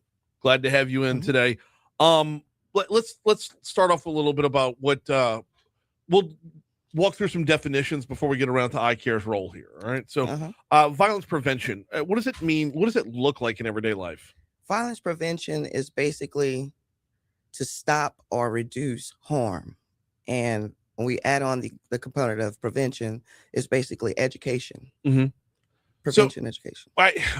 The application of that in the real world. Walk me through that. Basically, violence prevention is recognizing the risk factors and combining that with educational tools, strategies used to basically understand your own self-regulation, and just basically teaching people to start early with those different risk factors. Okay. So that's just setting the table for what we're getting into in just a little bit. So how does the eye care campaign define its core mission, and what's different from other prevention initiatives that are out there? What makes us unique, I like to say, is our team. Our team is composed of different professionals, whether it be from medical background, social work background, education background. We have a great team, and our team basically provides prevention education through strategies, as I say, individual sessions. And what makes us unique is that we're here in the EBR. That's the only place that eye care is. Okay, good stuff. Because when we think about eye care, honestly, the first spot is in the schools, and that's a spot where you get at folks from a number of different angles when you're talking to the kids in schools. Not just violence in the school, but the violence follows them home from time to time. Right. So you're really covering both angles by being where you are. Right. We serve kids from pre-K to 12th grade. Absolutely. Talking with Latasha Mitchell about violence prevention as we visit with eye care as part of our Crimestoppers segment. What are some of the more common misconceptions that people have about violence prevention? From my perspective, a lot of misconceptions come when people think crime only occurs in certain places or by certain groups. The misconceptions is it must be something special going on there, or just the misconceptions of like normal stereotypes. Yeah. Like when Don's in here for the weekly hit, I mean, there's never a time, like literally it's every week. One of the people we're looking for, one of the fugitives that Crimestoppers is looking for, is wanted on domestic violence charges. Right. And that just, the frequency of it is so, it just stops you in your tracks. The frequency of it is so alarming, and being able to dispel any myths is going to be a good thing. Right. I told you we were teeing that up to get back into it on the recognizing what's out there. So how can individuals recognize the early warning signs of violence in their homes? Let's start with the homes, then we'll get elsewhere. Well, I mean, past behaviors, right? We look at past behaviors. We look at if there's any mental health issues going on, if there's any traumatic experiences that may have, happened or occurred, because trauma usually, it just festers. It doesn't actually go away. So just looking at the whole picture and the whole scope of the environment and the individual themselves. Violence in the home is probably the toughest one because the duality of it, right? Your home should be your safe space. It should be. Your home is your it's your home base. It's the fortress. It's where you go for refuge. If that is no longer a safe space, you start looking if you're looking at intervening, if you're looking at preventing or intervening, now you're sacrificing that safe space on the back end.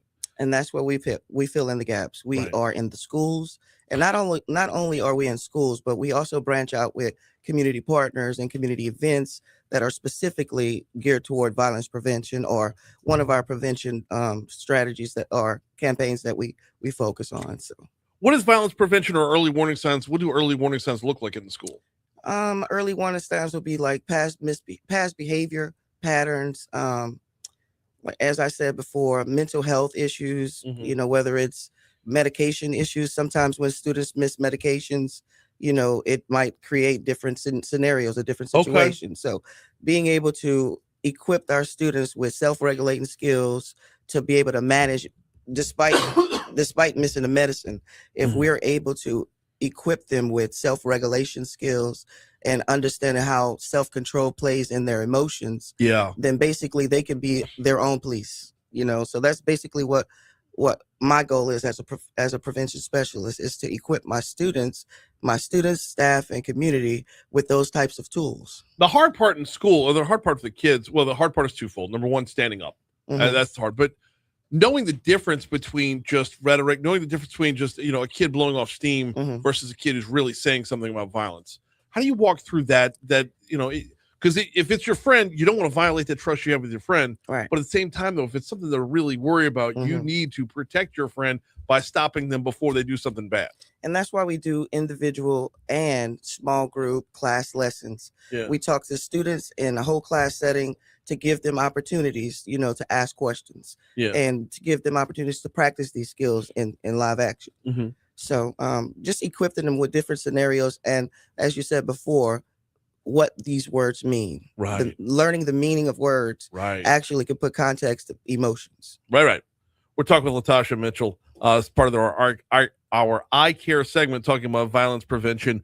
What about out in the community? I mean, I would imagine there's a lot of similarities between the schools and the community, because you're talking about a lot of the same people right there, just whether they're on a campus or not. Right. As I said before, collaborative activities, collaborative partnerships. We have an advisory committee that is full of professionals from a variety of different professions. And so just being able to pull like our relationship with law enforcement, we could collaborate to offer students hands-on activities, interactions with police to create that safe rapport with them. So it's about creating that opportunity where they can also learn what services and supports are out there, as well as connect to the resources. And let's talk about that a little bit, because this is where the education factor comes into it as well. So what role does the education play in how often do we see where violence is cyclical? So breaking those cycles, what does the educational role play there? As I said before, I Care not only services our students individually, small groups, classroom settings, but we offer trainings to staff, EBR teachers, staff, pretty much anyone in EBR parish. Whether it's mindfulness trainings, or whether it's self-care, or just different types of campaign focuses. How hard is it to break through for like the kid who, is coming to school and violence in the home is the norm? Like that's just normal daily life. Like how hard is it to break through to get them to realize, wait a minute, no, this isn't natural. This isn't right. This isn't normal. I should be able to live my life without that level of, I don't want to say fear, but compensation. Well, now more than ever, we have a lot of tense, fear in our communities. So teaching, again, self-regulation, how to recognize these emotions that you may be feeling, how to tap into the support that is right. Like if it's your home, there's support within the community area. And that's where partnerships and collaborations come. If it's within the schools, I encourage my students to not only have a relationship and develop with me as a prevention specialist, but also find 2 to 3 other trusted adults on campus that they can connect to, that, can help extend their safeguards. Let's talk about the conflict resolution into this, because when we talk about violence, we could be talking about anything from a fist fight to weapons being drawn and or used. So walk me through the conflict resolution and how I Care approaches that with the student. Again, through our individual sessions, I'm not exactly sure if I can share that to everyone, but we have different tools, whether it depends on the individual student and the need and, the ability to make that connection. But we have tools like this. We go over reading comprehension. What is self-control? Defining it, what it looks like. creating different scenarios so they can see and visualize themselves in that situation. Yeah. And once you are comfortable and educated on what tools you have, what support you have, then that creates the confidence in being able to address any challenges. See, it's just like everywhere else in life. The more practice you get, the more you can Yeah. apply it in real life. Being exposed to a scenario before living that scenario Exactly. makes that real life scenario that much more adaptable to be able to say, this is the right path, that was the wrong path. Right. Yeah, very, Seeing very it good before stuff. it happens Yeah. is prevention. And also, if I may add, being able to recognize what supports you haven't. A lot of times there are unused resources and services in communities. Being able to create partnerships bridges that gap. Very cool stuff. We're talking with Latasha Mitchell about violence prevention. Let's get over to root causes, if we could. How does how does this campaign address the root causes of violence rather than just the symptoms? Root causes, again, that is early prevention. That's being able to help students recognize while they're in pre-K, elementary school, what are these self-regulating challenges that you have. The more a person, whether it's a preschool student or an adult, is able to manage and regulate their emotions and being able to communicate what their needs are, whether it be, I need to step away from this, or I need to talk to you more about this. Being able to articulate your emotions and communicate your needs is a greater opportunity to receive the support you need. Last two before we get you out of here is the collaboration. Talk to me a little bit about the importance of collaboration between law enforcement, the school itself, and y'all. It's essential to collaborate with your community partners. Again, as I said, there are a lot of services that are unused that we are able to introduce and connect our students, teachers, and families to by things like, again, our advisory committee. And we're looking for professionals who want to connect with iCare in that capacity to just reach out to us. If someone wants to support or get involved with the iCare campaign, how do they go about doing that? If you have access to Google, you can Google iCare EBR. iCare EBR is where you're going to hit them up via Google. She is Latasha Mitchell, a specialist with iCare. Thank you so much for hopping on board today. I appreciate it. Thank you for the opportunity. If you see something, say something. Always, if you see something, say something. We're rolling up on 7:50 right now. Time for Your Money Now. This Day in History is coming up next. Thank you kindly. My pleasure. That went fast. Oh, Nelly. Y'all have a wonderful day. You too. Hi, thank you.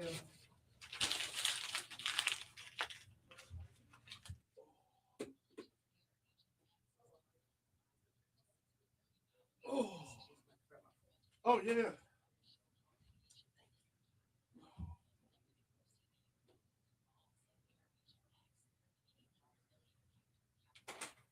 So you go for the same history, right? I am. Thanks, sir.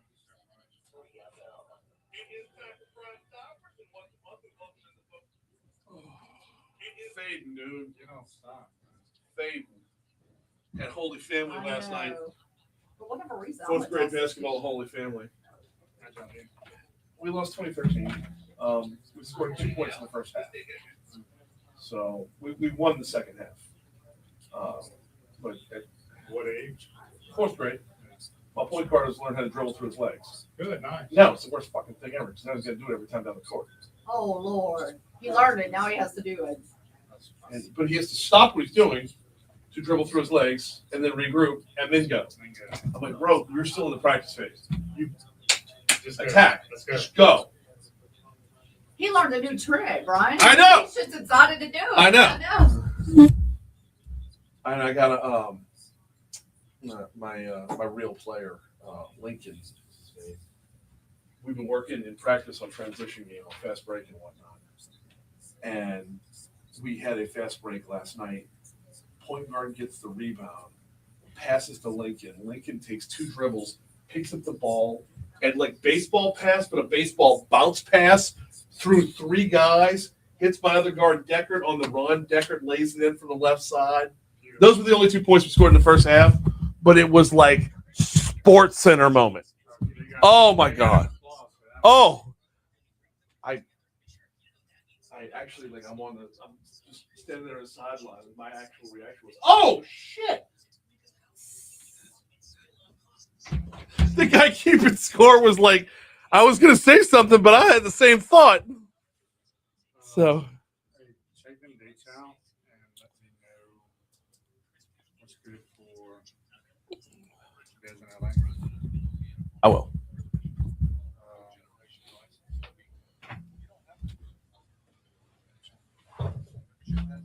We were at Terra High School Tuesday. Yeah. Wait, what? Ooh. Look, from 10:30 to 2 o'clock, talking to the kids. I mean, it's. That's up by the tires. They got a bunch of tires back there. I could walk to Terre Haute from my house. Come on. I live in Terre. I live on Crescent. Okay. So, well, I'll always let the boys go walk down the street because it's a block. And they'll go play. They were doing their Beyond the Bars program over there. So where those pictures were, if you turned around, that swimming pool right there, that's where I'm a member. That's where we're at all summer long. Yeah. My grandparents used to live on Trudeau. Okay. Yes, Trudeau. Which is right there, Oakley maybe Trudeau. Yeah, I think it's Oakley, Trudeau. Something like and that. I always regret not buying that house. I'm like, I love it. I love it. We'll see y'all. But the only problem I have is my house is so damn old. Same thing, Brian. It's built in '69, so the pipes are falling apart. Like it needs some remodeling. But I would take that over the new stuff they're doing. Oh, the DSL? Oh no. And I have like a load bearing wall because my house has that formal sitting room, formal dining room. I want to tear that out and open up the floor. That's what's next for us. Is we're going to do the kids' bathroom next, and then completely redo the kitchen, living, dining. Yep.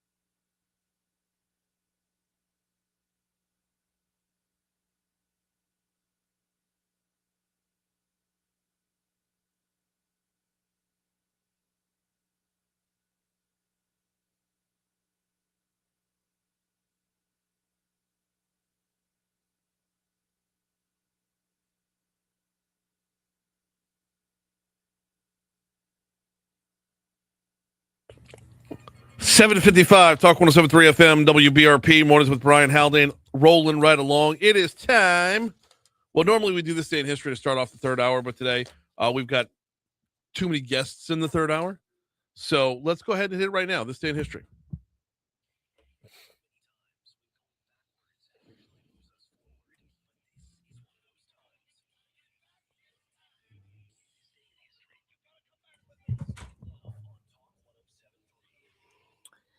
All right, back in the year 1812, William C.C. Claiborne was inaugurated as Louisiana's first governor. Go ahead. I know. Go get him.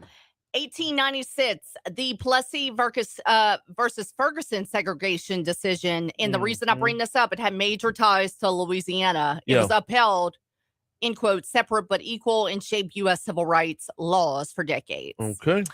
The LSU Marching Band gave its first public concert in Baton Rouge, this day in history, in 1932. Okay. That's pretty cool. I like that. 1951, Fidel Castro is ejected from a Winter League baseball game after hitting a batter. What? It just came up in bold for this day. I was like, maybe it made news back then. Who knows? 1959, Buddy Holly made his last recordings in his NYC apartment alone with an acoustic guitar. Okay. Peggy Sue, Crying, Waiting, Hoping, which were embellished and overdubbed and released later. Okay. All right, 1971, in a landmark decision, the U.S. Supreme Court legalizes most abortions, Roe versus Wade, writing the majority opinion. Justice Harry Blackmun states the criminalization of abortion does not have roots in the English common law tradition.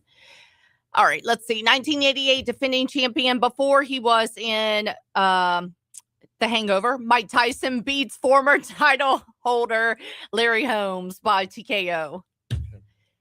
Let's see. 2006, Evo Morales is inaugurated as president of Bolivia, becoming the country's first indigenous president. 2010, Conan O'Brien's last The Tonight Show episode after a big controversy over the Tonight Show time slot. All right. Then in 2018, Netflix becomes the largest digital media and entertainment company in the world, worth $100 billion. Okay. That's all I got. What do you have? As far as things that happened on this day? Yes. This day in, well, you know what? Nothing really big. This day in 2006, Kobe Bryant went off for 81 against the Toronto Raptors, which led to the best This Is Sports Center commercial ever with him and Jalen Rose. Oh, yeah, okay. that was the only thing I really had. All right. Birthdays, Caitlin Clark. Yep. Guy Fieri. Am I saying that right? Guy Yep. Fieri. Fieri, yep. Diana Lane. She's known for Unfaithful and The Outsiders. Steve Perry, singer. Journey lead vocalist. Can't forget about him.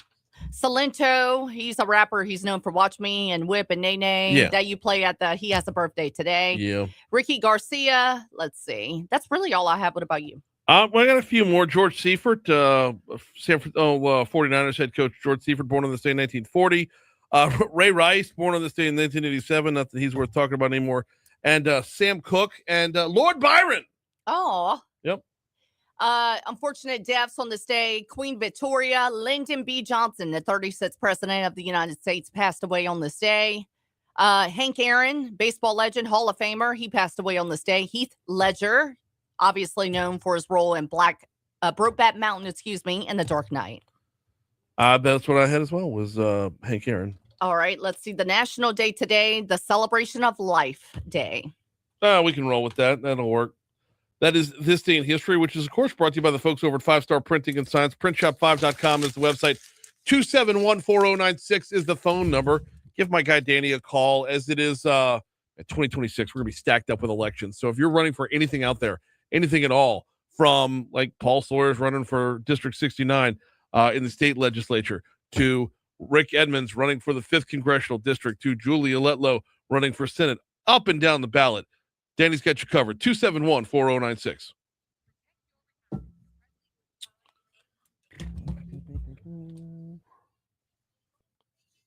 There was really not a whole lot this day today. I was scrambling.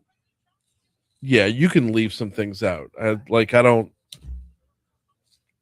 If there's a country where you don't know where it is on the map, we probably don't need to talk about it.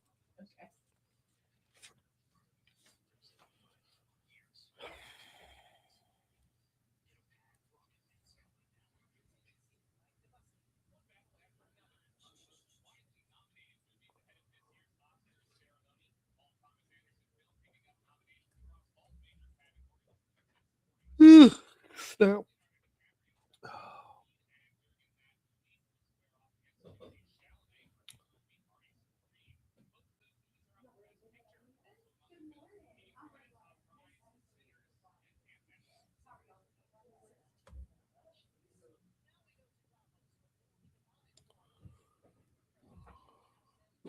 Hey, how's it going?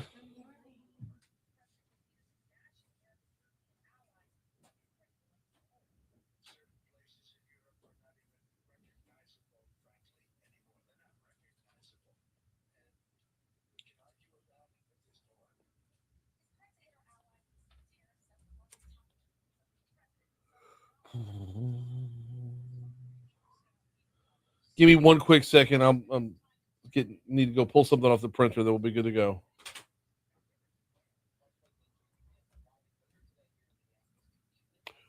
Do I have both of y'all on the air, or just one on the air? And okay, Evelyn.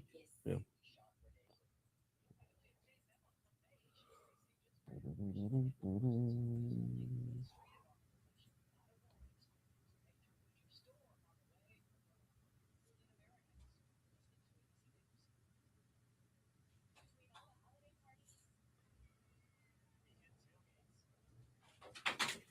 There we go. All right. There. Come on over. Give me right here. I just gotta grab some coffee.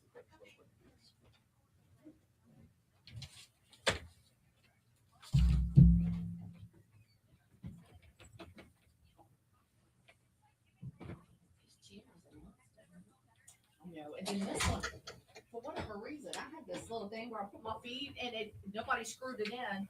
So I'm like, every now and again I go to get up and Brian looks at me because he's on the air. It's not a radio station about something being broken or something being life, right?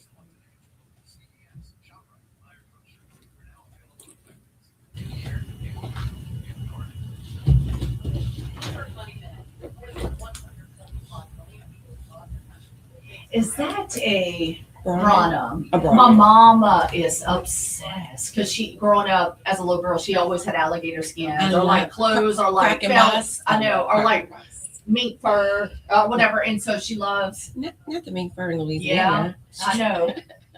So she loves. She has probably the same color, but it's a bigger bag. Because she, I know. I'm like, Mama, you don't need a bigger bag. I'm like downsized. My bag hurt already. I can't do a big bag. Right. I know. Oh, that's funny. No, I'm serious. She'll get the large ones. And I'm like, Mama, if you got too much stuff, carry everything. Yes, down because she'll carry everything, the medicine cabinet and all. I'm like, Mama, no, downsize your purse, please. Yeah, I know, my back and shoulder.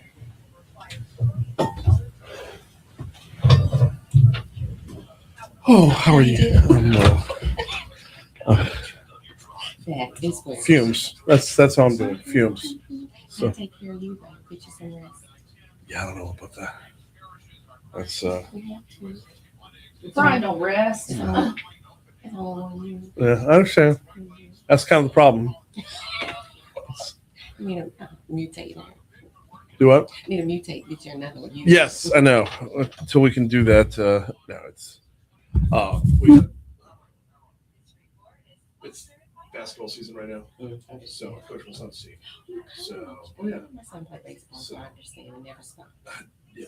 So Oh, fourth grade. Oh. So yeah. So they're knocking on the door of the NCAA right now. You know.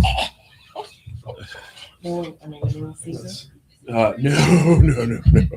We have all of 2 wins on the season. We're like 2-9, I think, right now. Yes, they're having a blast. Oh my goodness! Yeah, it's an absolute hoot. But like balancing kids and parents and parents. Oh yeah, the kids are great. The kids are great, and that's why I do it. I love it. But like the parents too much. Yeah. Right. I'm gonna CSAA. So oh yeah, it's so much fun, but it's such a wreck. All right, so this is tomorrow, 11 to 1. Yes. 31 years of celebrating family. Awesome. Let's get that over here. Your mic. There you go.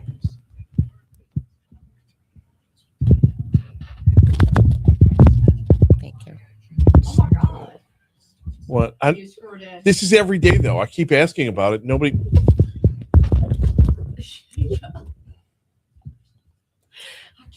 I just can't.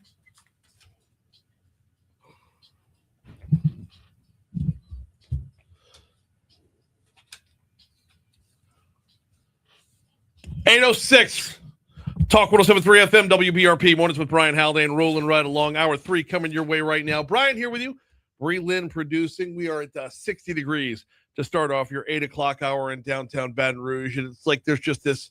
Not like a fog, but like a low-lying cloud over the whole city right now. It's crazy I know, the warm there. before the cold. Yeah, but like you didn't go outside. I mean, you since you sat down, you were sitting down. Mm-hmm. Like, but since the sun has come up, it's like we're under this roof. It's like the whole cloud is a roof. Oh, looking out. Eerie. Oh. Yeah. So, broadcasting live from the 180 Pros studio in downtown Baton Rouge. 180 Pros, not your IT provider, your IT partner.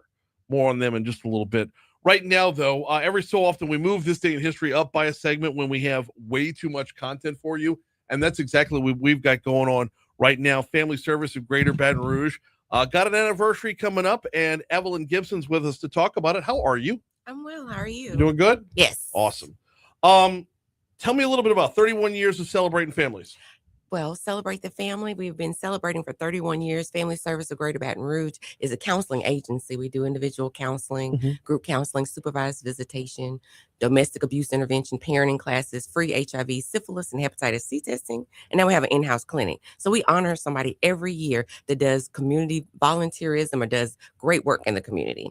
And we have 4 great families this year. Okay, so we're going to get into that in just a little bit. I'm not trying to bury the lead here because we got some names on there that are very, very recognizable. But let's talk a little bit about y'all and your mission and how it's evolved over the years. You're probably busier than you should be.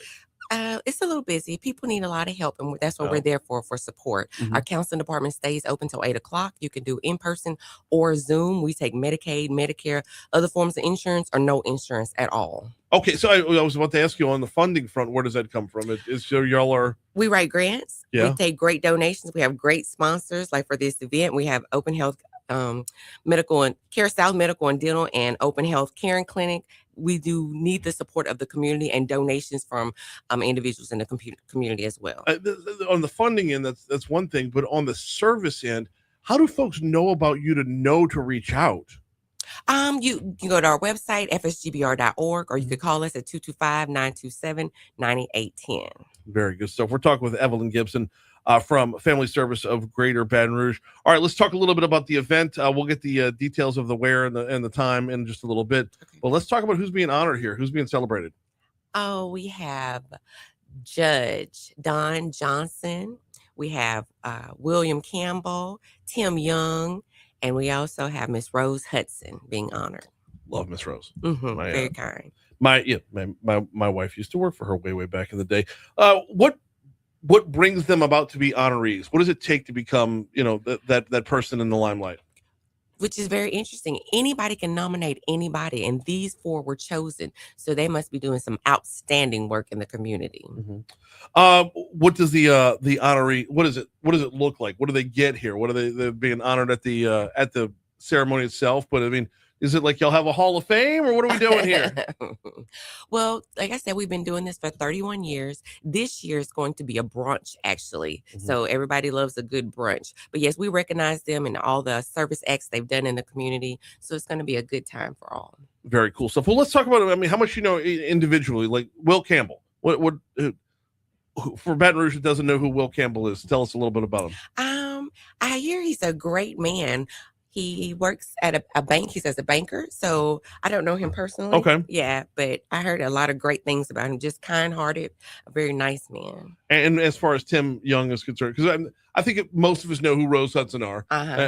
Knows who Rose Hudson is and knows Don Johnson as well.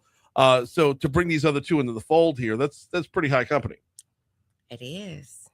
The event itself coming up tomorrow. Tell us about it. Tomorrow at the Executive Center, 250 North Foster Drive, is going to be from 11 to 1, so, and a brunch. So, like I said, it's going to be a good time. It's my favorite event that we do because you get to honor people that give back. Right. And tickets are still available? Yes, you can still buy tickets, $50, a table for $500. We have a few tables left. Okay, there are still a few tables left. That's good to know. And getting a hold of it, of course, fsgbr.org would be the website, or where would they need to call? 225-927-9810. 225-927-9810. We're talking with Evelyn Gobson for about, we got about 2 more minutes left before we get a break here. Evelyn, just want to talk about the mission itself. What drew you in to be part of this? What's your why behind getting involved with this? Because I think oftentimes when we understand why folks are doing what they're doing, we can, get on board a little more. Well, I've always wanted to help people. My background is social work. So I knew I always wanted to help people, and people have always helped me. So I wanted to give back as well. And everybody needs somebody. The event, once again, 11 to 1 tomorrow at the Executive Center right there on South Foster Drive. Oh, that's right by the Y. Yes. Yeah, right by the Y. I know where that's at. It's $50 for a ticket, or go ahead and get yourself a table. Bring some friends along with you. The tables are running for $500. fsgbr.org is the website, or give me the phone number one more time. 225-927-9810. 225-927-9810. And of course, once again, Rose Hudson going to be honored. Judge Don Johnson going to be honored. Tim Young is in that mix. So is William Campbell.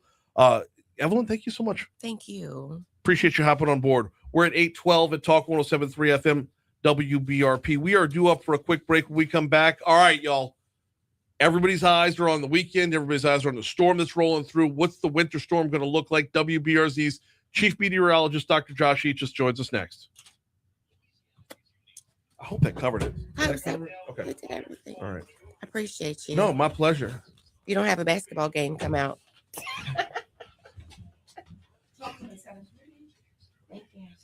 Oh, Thank you always. You have a great You too. Tell Judge Johnson I said hello.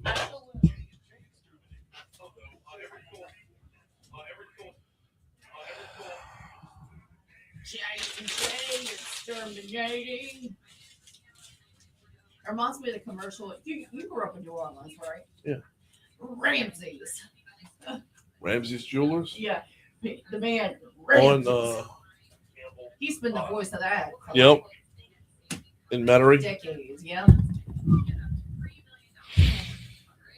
I was a little girl. My mama was his On Veterans in Metairie, if I'm not mistaken, but like Veterans like closer to Bonneville. And they had a location in the Lakeside Mall when it was open too. Lakeside Mall's still open. It was Esplanade that closed. That's what it was, which blew my mind. And Clearview. Clearview revamped into a whole other thing where it's a Target. Really? So the whole damn thing's a Target now. 80% of it. We would. Esplanade was the place to go. It's like a Target, a movie theater, and a couple of restaurants. Esplanade was, yeah. But that's like way out in Kenner.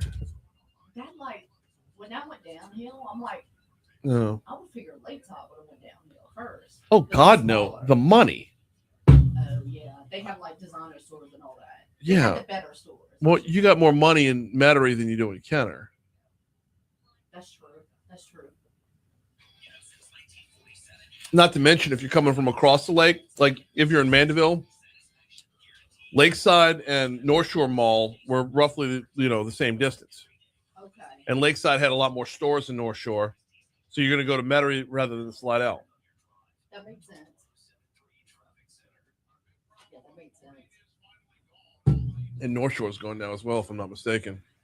I think they're like I'm hearing that. a dirty, like the North Shore Square Mall. Yeah. Some of the neighborhoods too that well known, that's going downhill too. I'm like In the North, in the North Shore. That's what not maybe in Slidell.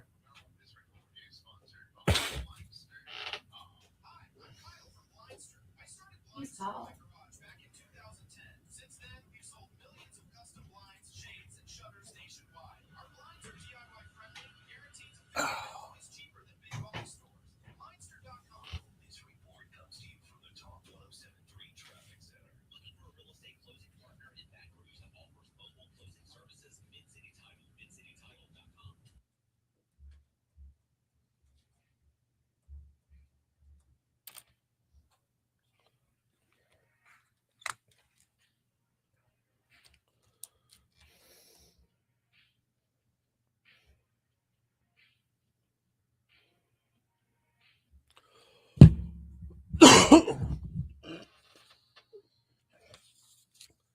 $8:15 Talk 107.3 FM WBRP mornings with Brian Haldane rolling right along. Going to dive into the winter storm here in just a minute.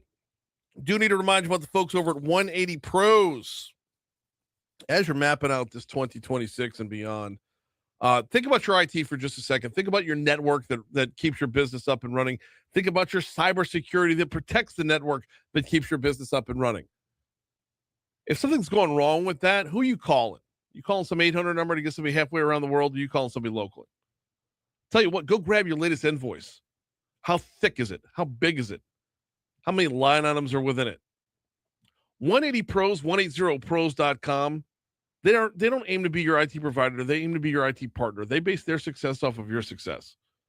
When you call them, you're calling locally. And when you get your bill, it's a one-page invoice, simplified billing, unbelievable stuff.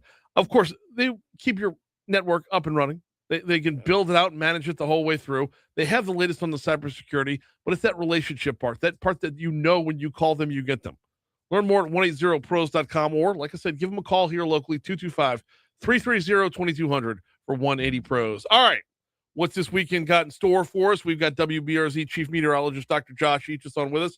How are you, sir? Doing all right, Brian. Trying to make sure that we don't have a major ice event and make sure that we don't make a lot of enemies. So, let's start with the major ice event here. Is it too soon to look at the timing of how all this is going to come through? I think we can. We've certainly narrowed it from earlier in the week, so it's not too soon in that regard. In terms of pushing it down to an hour window, we can't do that yet. Right. A day part certainly seems feasible. First of all, in timing of precipitation, as you can tell, it's wet out there now. I would expect this kind of damp, gloomy look to continue Thursday and Friday with no impact. It's going to stay mild. And then Saturday might even begin dry, but through the daytime hours, we should see rain kind of ramping up into the afternoon and evening hours. But temperatures are likely to still be in the 50s. And the first half of the weekend, we see zero threat of any ice or freezing rain. And that will probably continue through about the first half of Saturday night. And that's where the forecast question marks start to come in as to how early we might be able to get some sort of changeover of freezing temperatures to arrive. So focus in just on one thing and say timing. If we are going to deal with freezing rain in parts of our region, it would likely begin as early as Sunday morning, but could hold off until as late as Sunday afternoon. So the second half of the weekend would be the timing we're looking at right now. Okay. So, and that's an important part of this as well, because what's the likelihood that we'd be done with the precipitation before the freezing temperature gets here? Like whatever water's on the ground would be on the ground. Right. That's why we kind of have a two-pronged issue here. Is even if we don't see freezing rain in some neighborhoods, especially those immediately south of where the freezing rain does occur, we could have what's known as a flash freeze. We do expect an Arctic air mass to overtake the region pretty quickly after just even a plain rain ends, right. And that could cause freezing of any leftover wet surfaces, which there should be some. So we don't necessarily have to get freezing rain to have some ice Sunday night into Monday morning. But in terms of the likelihood of getting actual freezing rain or, getting it cold enough before the precipitation stops, right now we're kind of let's imagine some lines in our head here, and let's draw a line from about Baton Rouge over to Hammond and go north of that. So essentially I-12. Okay. I would say along that line and just north of it, the probability of freezing rain is right around 20%. Still low, but not something to turn our back on. That's enough to certainly be concerned. Mm-hmm. And then if we draw another line, let's say from New Roads to Macomb or Kentwood, let's use Kentwood, New Roads to Kentwood and go north of that, the probability for freezing rain accumulating is getting close to 50 or above. So our greatest concern is closer to the state line and north of that certainly, but we can't rule it out all the way down to about I-12. Now we're talking about a 25-mile, 50-mile window here. That's pretty small. Yeah. So for a 3 or 4 day, forecast, we're kind of good with that level of precision, and we hope to be able to refine it as we get closer. But unfortunately, just the battleground is right on top of Metro Baton Rouge. That makes all the difference between plain cold rain and some icing. WBRZ's chief meteorologist, Dr. Josh Eachus, is our guest. We're going to broaden out to the regional picture as opposed to just local picture in a minute. But first, I want to stick with the rain itself, though, because you mentioned, we've got this mist going on this morning, this whatever that low-hanging cloud over the whole city is right now. We've got a lot of not fully saturated, but the ground's going to be wet even with some drying on Saturday. The ground's going to be wet when it starts raining on Saturday. How much rain are we expecting between Saturday and Sunday? Can we put a number of inches on this right now? Yeah, let's, if it's all liquids, we really could bring down, I'd say an inch or so, which is pretty healthy in the winter season because you just don't have as much moisture to work with as we do, in our summer when we get our 2-3 inch thunderstorms. Mm-hmm. So, that's a pretty decent soak. There's a lot of moisture with this system. Just broadly speaking, it's a no joke weather system.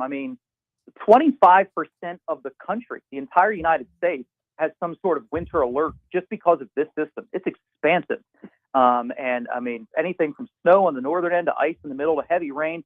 I would even say along the immediate Louisiana coast, it's not out of the question that there's severe weather on Saturday into Sunday. And myself and my colleague, meteorologist Malcolm Byron, were just texting. Can you imagine a scenario where we see something just offshore around Lower Plaquemines Parish, and there's some sort of severe thunderstorm or tornado warning, while in Wilkinson County there's freezing rain falling, which is the pretty dynamic storm system when you've got that going on over a short span. No, absolutely. That's bonkers.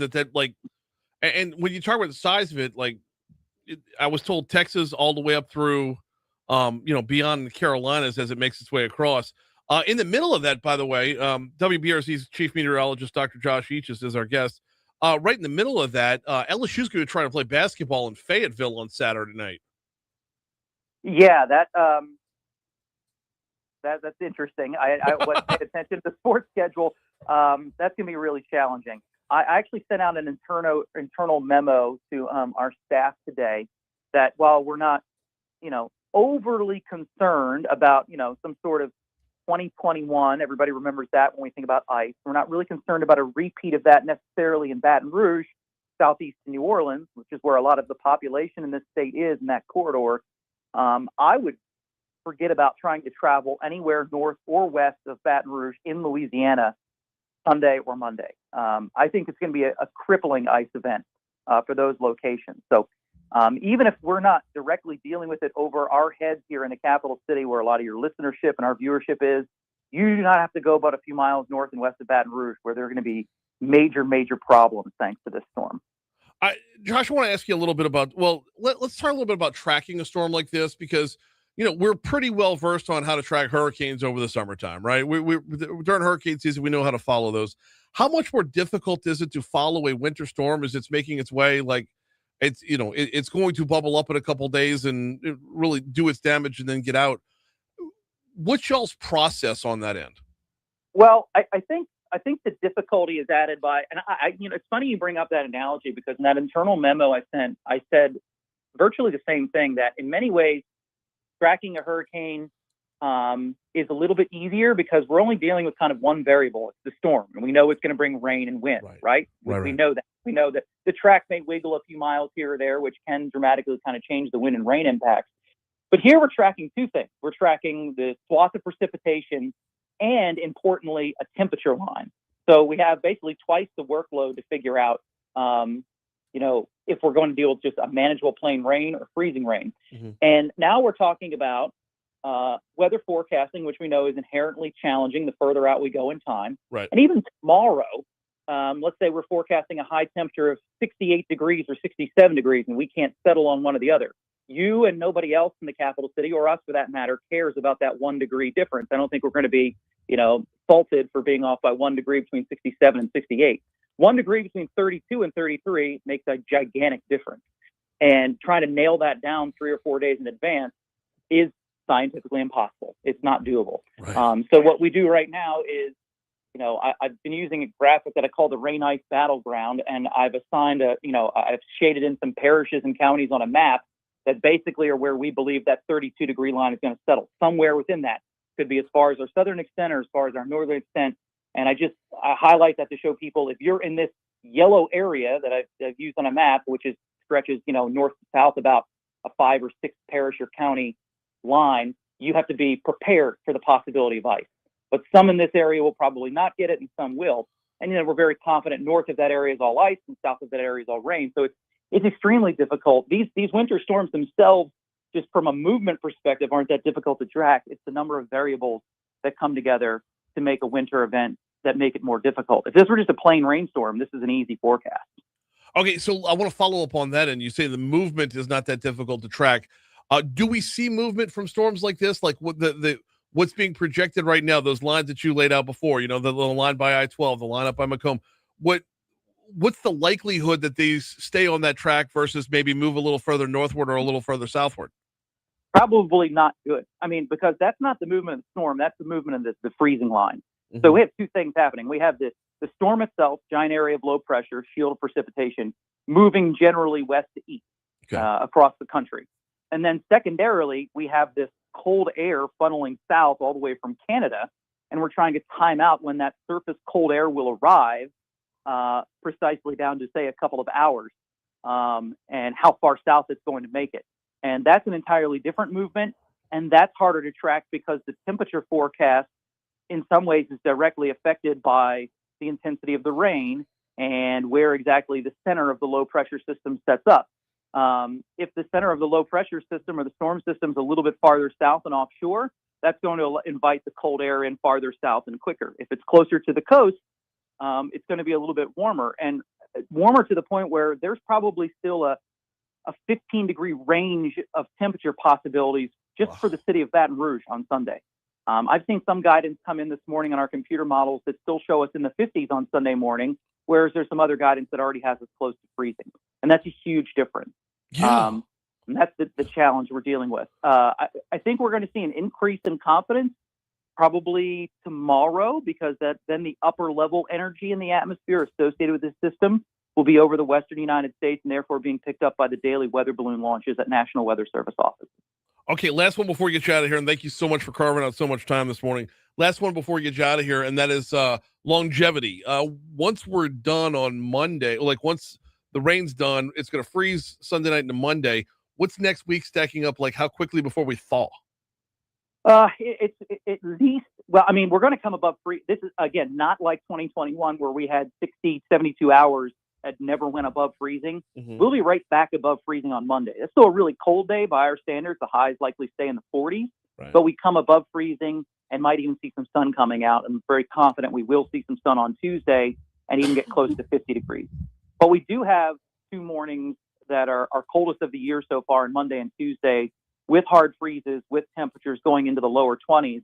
And with the wind close by to the storm system on Monday morning is likely to have wind chills or feels like temperatures in the lower teens, which, we deal with that about once a year. We have a cold outburst like this. So that's not unforeseen around here, but it's going to be the coldest we've felt yet. And we've only had some marginal or borderline hard freeze events. I think right before Christmas, we had one that you may or may not have covered your pipes.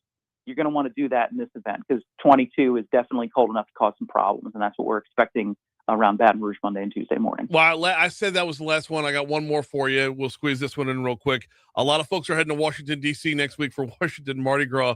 Have you been able to look up what's heading that way? Like what's going to be in the wake of the storm there? I honestly have been, just watching this storm locally here and know that north and east of Baton Rouge, this system continues kind of late Sunday into early Monday, and then it's out of the country. So precipitation threat's kind of over for everybody by Monday afternoon across the United States. But honestly, that's the extent to which I've looked at it beyond Baton Rouge. Some laser focused on the metro area. Greatly appreciated as always. He is WBRZ Chief Meteorologist, Dr. Josh Eachus. Always appreciate you hopping on board, man. We'll talk to you soon. Sure thing. Talk to you tomorrow if needed. Will do. Thank you so much. Coming up on 8:30 at Talk 107.3 FM, WBRP. We'll break for news, traffic, and weather. Quick reminder, still dealing with that closure on I-10 eastbound out in Ascension Parish due to a crash. We'll have the latest on that right after we check news, which is coming your way right here on Talk 107.3 FM. Got an event coming up tomorrow. Is it tomorrow? No, I'm sorry, this evening that we're going to be talking about next. Vital Signs Family Forum. What is it? What does it mean? Who's involved? That's where we're going right after this.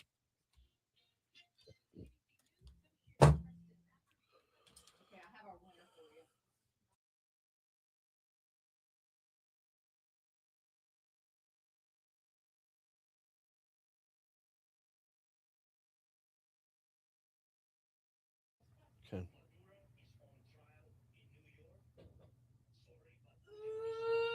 Lord. Hey, write this number down. You're gonna call it.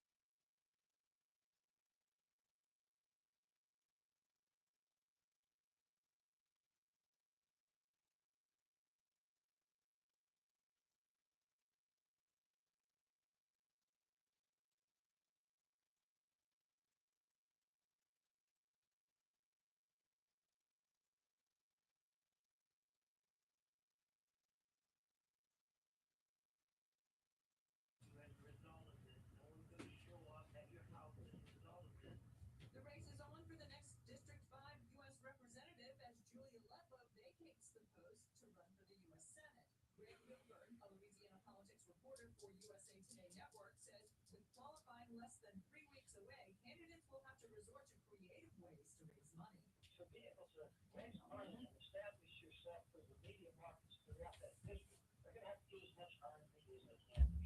Lane Kiffin continues to be active in the transfer portal. Ole Miss junior transfer edge rusher Crimestoppers who was rated as the #1 edge rusher in the transfer portal according to 247 Sports, became LSU's 40th portal addition. 41st. The managing editor of LSU Tigers on SI.com says Uman Yellen is for LSU. Big-time son for this program to go out and land a game changer. Uman Yellen initially re-signed with Ole Miss, but then later entered the portal. Nagy says the Tigers had to write a big check for the talented pass rusher. Sounds like it could be a $1.5 investment. I'm Andre Chauvin. North Louisiana could be hit with a significant ice storm this weekend with potential for ice accumulations as far south as parts of the I-10, I-12 corridor, and expected road closures could be lengthy. Now, the DOT says they do have a chemical called Chemical that makes it harder for the ice. So when that light is orange and it's warm, it washes you out even more. You need to be cool. So like that's why I was playing. You need to be cool, Brian. That's why I was playing with your light. Should I start tanning? I would love that if you like Lane Kiffin. Yeah, start taking my lane.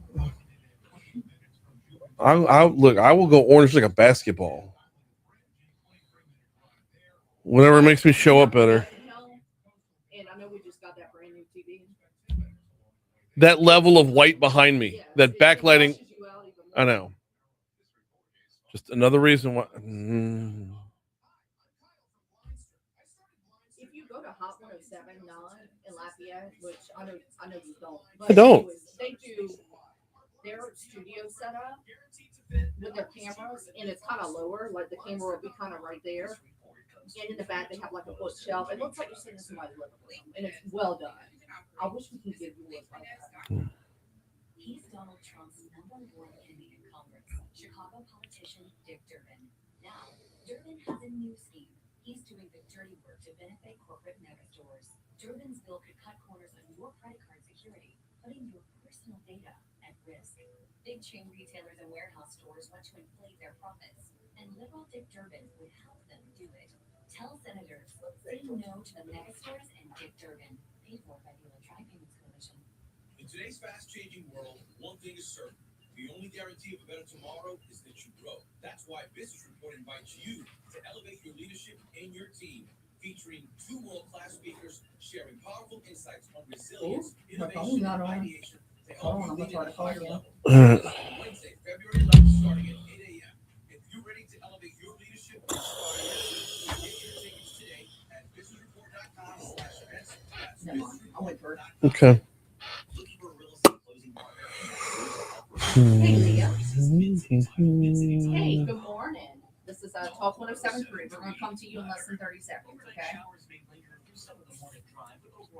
Oh, 9:30? Oh my gosh, no, we're about to come to you now. Okay. Lord. 9:30. Let me get up for one more second.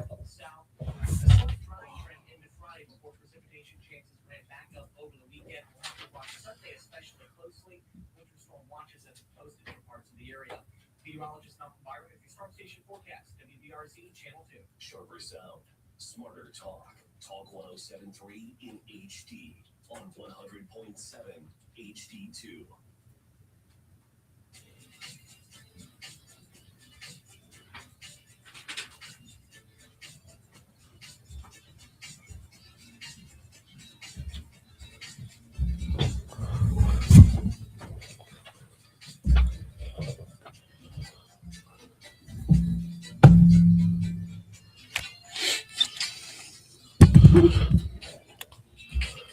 .836 Talk 107.3 FM WBRP. Mornings with Brian Haldane, rolling right along, broadcasting live from the 180 Pro studio.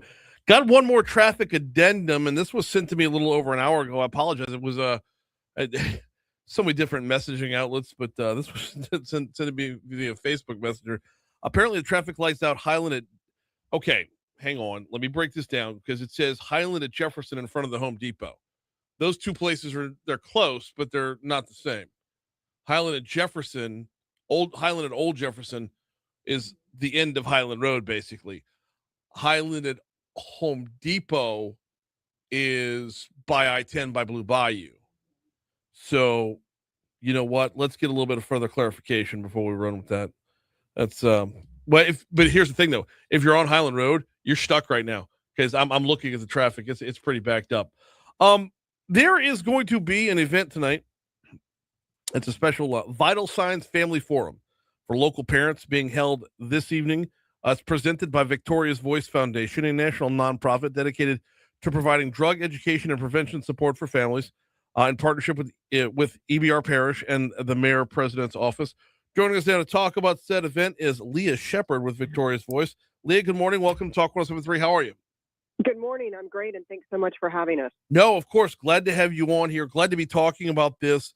Y'all have a star-studded roster to be sure tonight. Before we get to the who, though, let's talk a little bit about the what. What is Vital Signs? Vital Signs is a parent education program that we launched several years ago to really, it's our audience, core audiences is parents, caregiver, educators, coaches, anyone who's a primary adult in a child's life. And it provides tools to identify and address the early signs of behavioral health and substance use in teenagers. What are a few of those signs? Just, not to spoil the whole presentation, but sure. To pull back the curtain a little bit, what are a few of those signs that parents should be on the lookout for?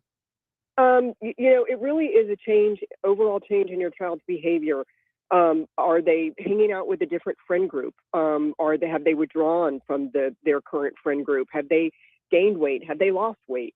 Have they changed their interest in after-school activities? Are they hanging out with students that you don't know and kids you've never met before? Are some of the signs, really the early warning signs that parents can look at as it relates to behavior in their kids? Those are a starting point, though. That's not the end all be all of the discussion, though. Where does it go from there? Well, it really starts, I think, looking at your child, whether it's self-esteem issues they may have, are they being bullied, sexual behavior, mental health. All of those behaviors are the ones that can lead to children engaging in alcohol, vaping, marijuana, and drug use. We're talking with Leah Shepard from the Victoria's Voice Foundation, who's teaming up with East Baton Rouge Parish and Office of the Mayor President Sid Edwards for Vital Signs Family Forum coming up this evening. We'll get to the details of where folks can go if they want to learn more in a little bit. But right now, though, I want to pivot over to who's involved here. Who's on the roster for tonight?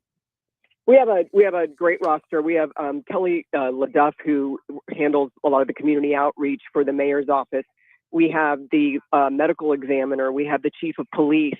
I think it's really a unique opportunity for parents to be in a room in a small environment at the local library, where else would you have access to the head of law enforcement, a representative from the school system, and have a chance to ask them and the mayor's office face-to-face questions that are impacting your community, not just your kids, but your entire community. It's also being emceed by Rob Robertson, who is a kind of a hometown hero here. Mm-hmm. He played high school football here and went on to be a star in the NFL, playing for the Baltimore Ravens, and he's come home to his hometown, is going to MC and host the event tonight as well. Very cool stuff. And along with Rob Robertson, tell me a little bit about Brandy Klingman. Brandy Klingman is the CEO of St. Christopher's Addiction. It's a wellness center and a behavioral health center here in Baton Rouge. And she is really, if anyone is an expert in this space, it's Brandy. She's kind of the front line of defense of working with parents and children who start with behavioral health issues that ultimately turn into substance use. We're talking with Leah Shepard from the Victoria's Voice Foundation. Leah, if we could take a minute to dive into Victoria's Voice, what is it and how did y'all, what got y'all started on this path? Sure. Sadly, like many of these nonprofits that focus on substance use prevention programs for parents and for kids, it was founded by a husband and wife, David and Jackie Siegel, who lost their daughter going on 11 years ago to an accidental drug overdose. And at the time, it was the height of the opioid crisis in this country, where close to 180 Americans every day were dying from opioid overdoses. And they really didn't understand how that many Americans could die and nothing was being done about it. And so out of that, Victoria's Voice was born. what they focus on mostly are parent education, knowing that they missed the signs. They understood that their daughter was experimenting with some drugs, but never in a million years thought it was to the extent where she would die of a drug overdose. And also, when the first responders got to their house, their daughter still had a pulse.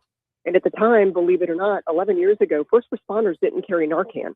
And so had the first responder had Narcan, they're convinced their daughter would still be alive today. And so we really stand on the pillars of drug prevention education, warning parents about the signs their kids could be doing drugs, and making sure that every American carries Narcan.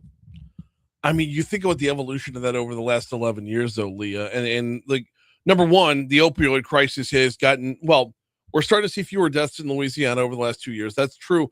But the level of danger has not receded at all because it's no longer the quote unquote opioid crisis that we were dealing with a decade ago. We've got fentanyl everywhere now. Yeah. How has that evolution affected y'all's mission? It really, it's affected in messaging that, so many people looked at the opioid crisis as elective because a lot of it was prescription drug abuse. But fentanyl is, you'll have a 12-year-old kid who's trying marijuana for the first time and it's laced with fentanyl. They're not overdosing. They're being poisoned.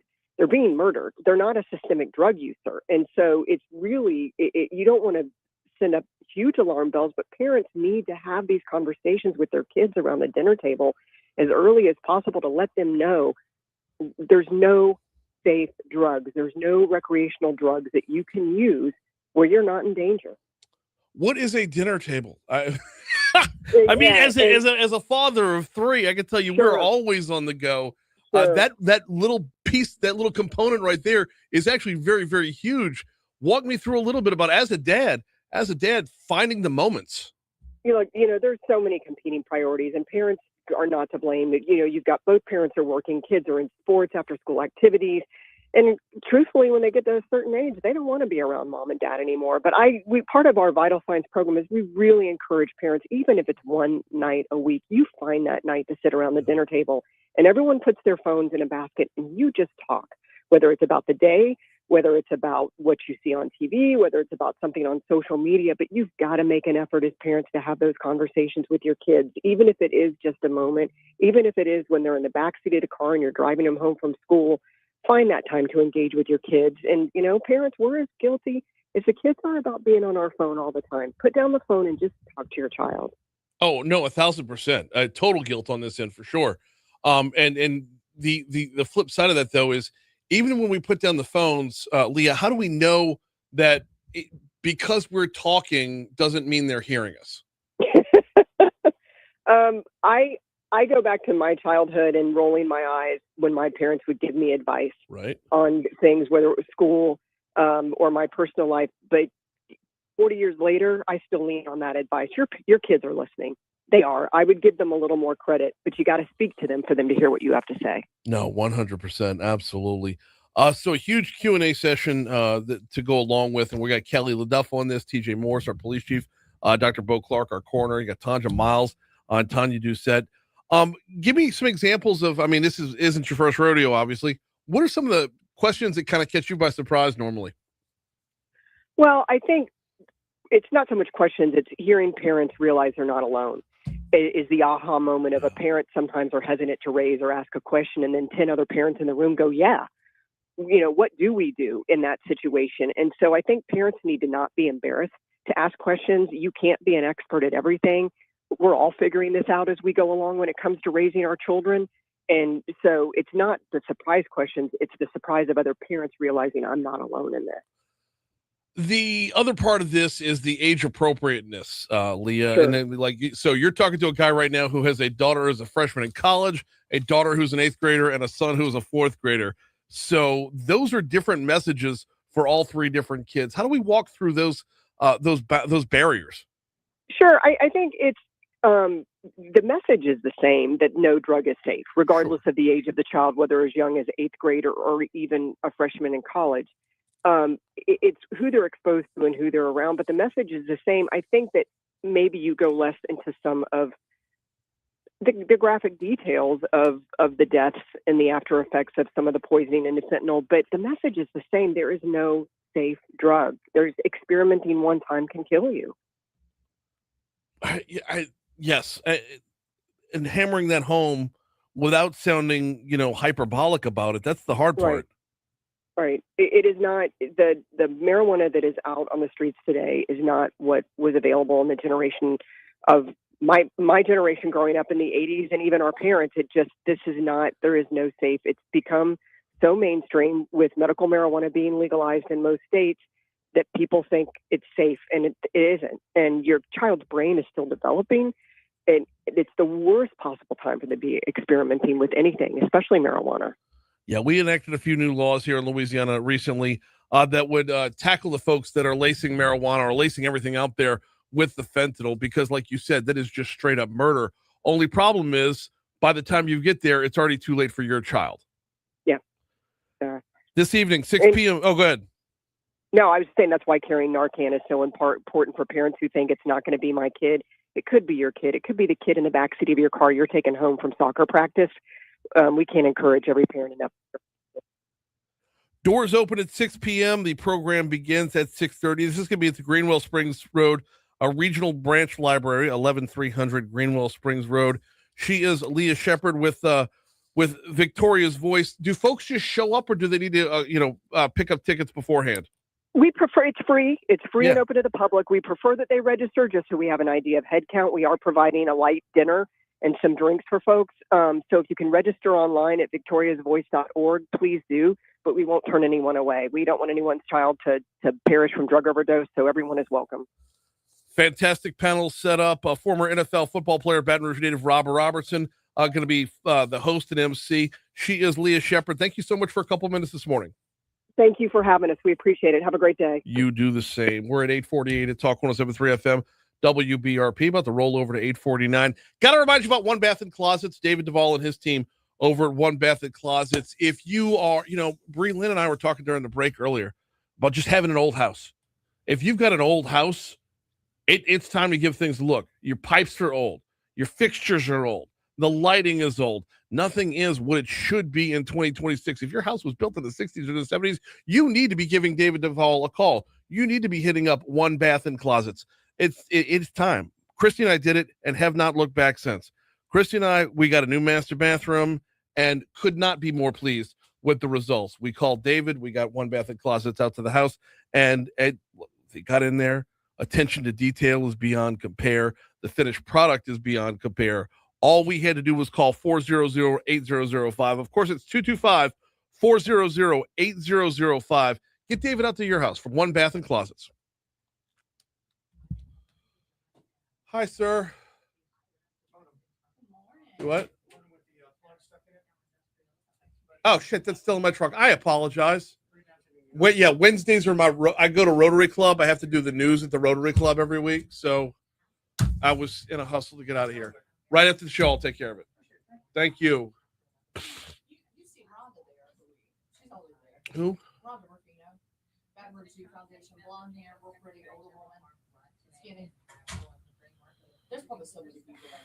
We have 480 members. Not all of them come, but like yesterday was Jay Johnson, LSU baseball coach, was our guest speaker. So there were easily 600 people in the room.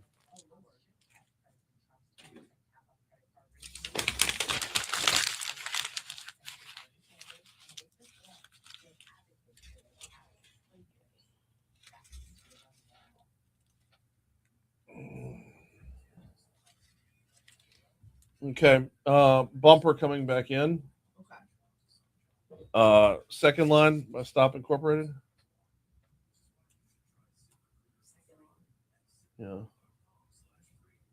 We have a guest. I'm sorry. Okay. Bumper coming back in. I want second line by Stop Incorporated. Oh, hello.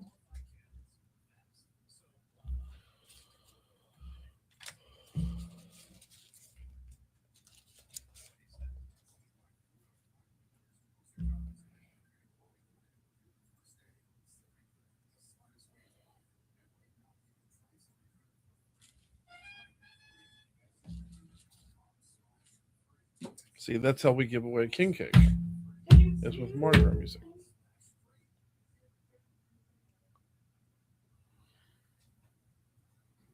Louisiana's big weather can mean big damage to your roof. Our team offers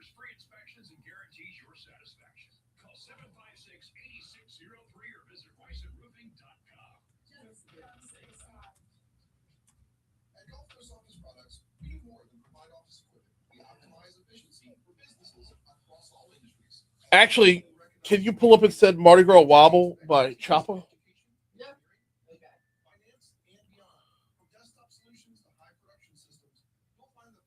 I think that one starts off strong.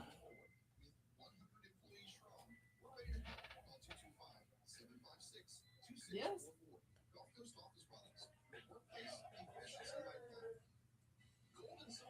Yeah, I'm gonna let it breathe for a minute. He gets in away down in New Orleans. Down in New Orleans. That's him.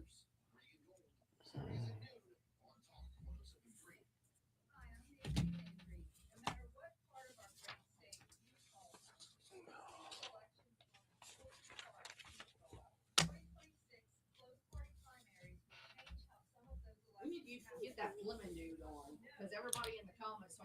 He ain't coming on with me. He don't like me. I don't like him. He's on with Moon every week. Moon has him on weekly. Moon has him on at a disgustingly frequent pace. And Fleming, yeah, he's our state treasurer. When he was campaigning for treasurer, he said on his campaign trail, "I am running for treasurer to put myself in position to run against Bill Cassidy for Senate." And everybody soaked that up like it was butter on a biscuit. And maybe my ass is in the air. But you tell me you're running for treasurer so you can run for Senate. What you've told me is your political ambitions are more important than the business of the state. I don't know much about it. I just know your video, that's all they talk about. Okay. I know, I'm like, damn. So yeah, I would have a problem interviewing him because I know the first question out of my mouth is going to be, is Senate enough for you, or are you using this as a launching pad too?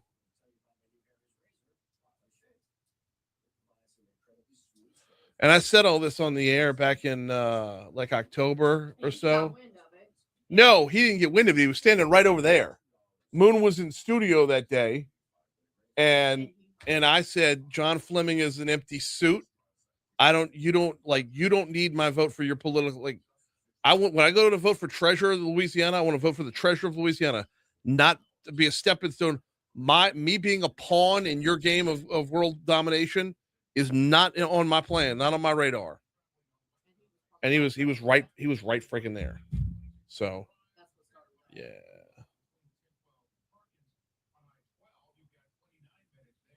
And now that he was in Donald Trump's cabinet in the first time around, or the deputy chief of staff was his title, although I'm told he never did the job, but that's not for public consumption.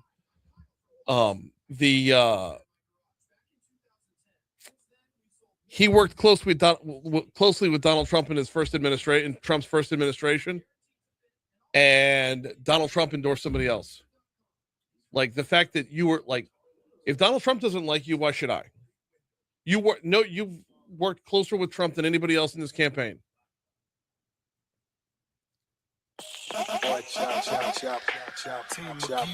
Stephen B.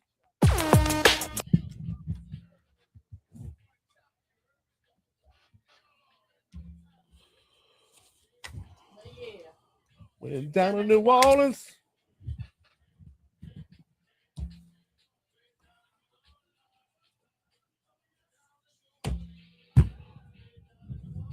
Oh, love Carnival.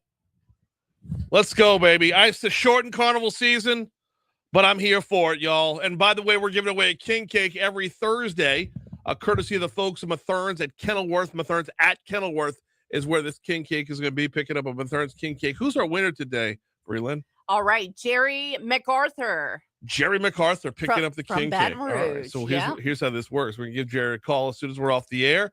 Then we're going to give Mathern's at Kenilworth a call. So be on the lookout for Jerry because he's coming by to pick up a free king cake. By the way, if you want to get involved with this, go to talk1073.com. The flipper's right there on the homepage, and sign up. We're giving away a king cake a week. Oh, you know what I'm realizing? Next week I'll be in Washington be in DC for Washington Mardi Gras. So, you know what? Still going to happen. Yeah, we could draw remotely for sure. But as of today, Jerry MacArthur picks up his king cake. Going to be a shortened king cake season, shortened Mardi Gras season. Which I guess if weight loss was on your New Year's resolution list, that's probably for the better.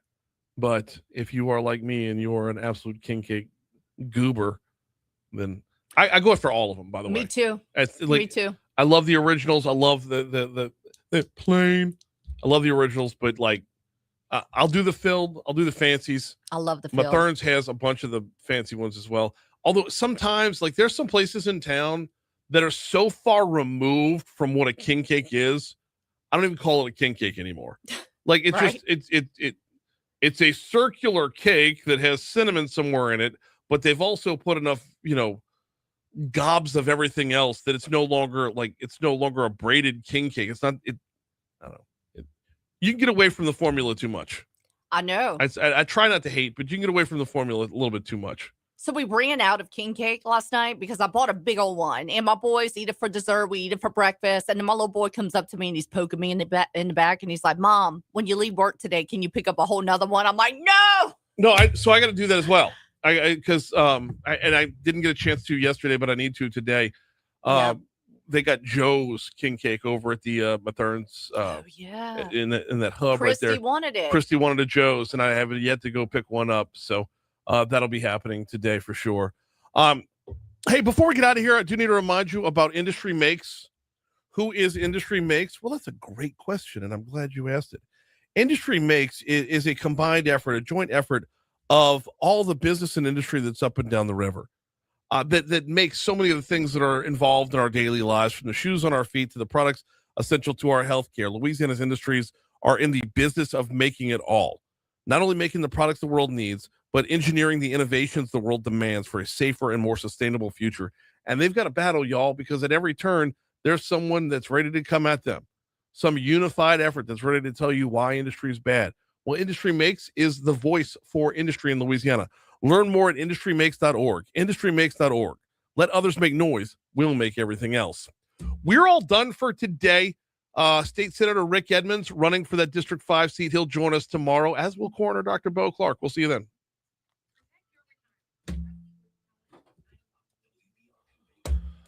All right, guys. I'm going to go be, 50% productive. I'll see y'all later.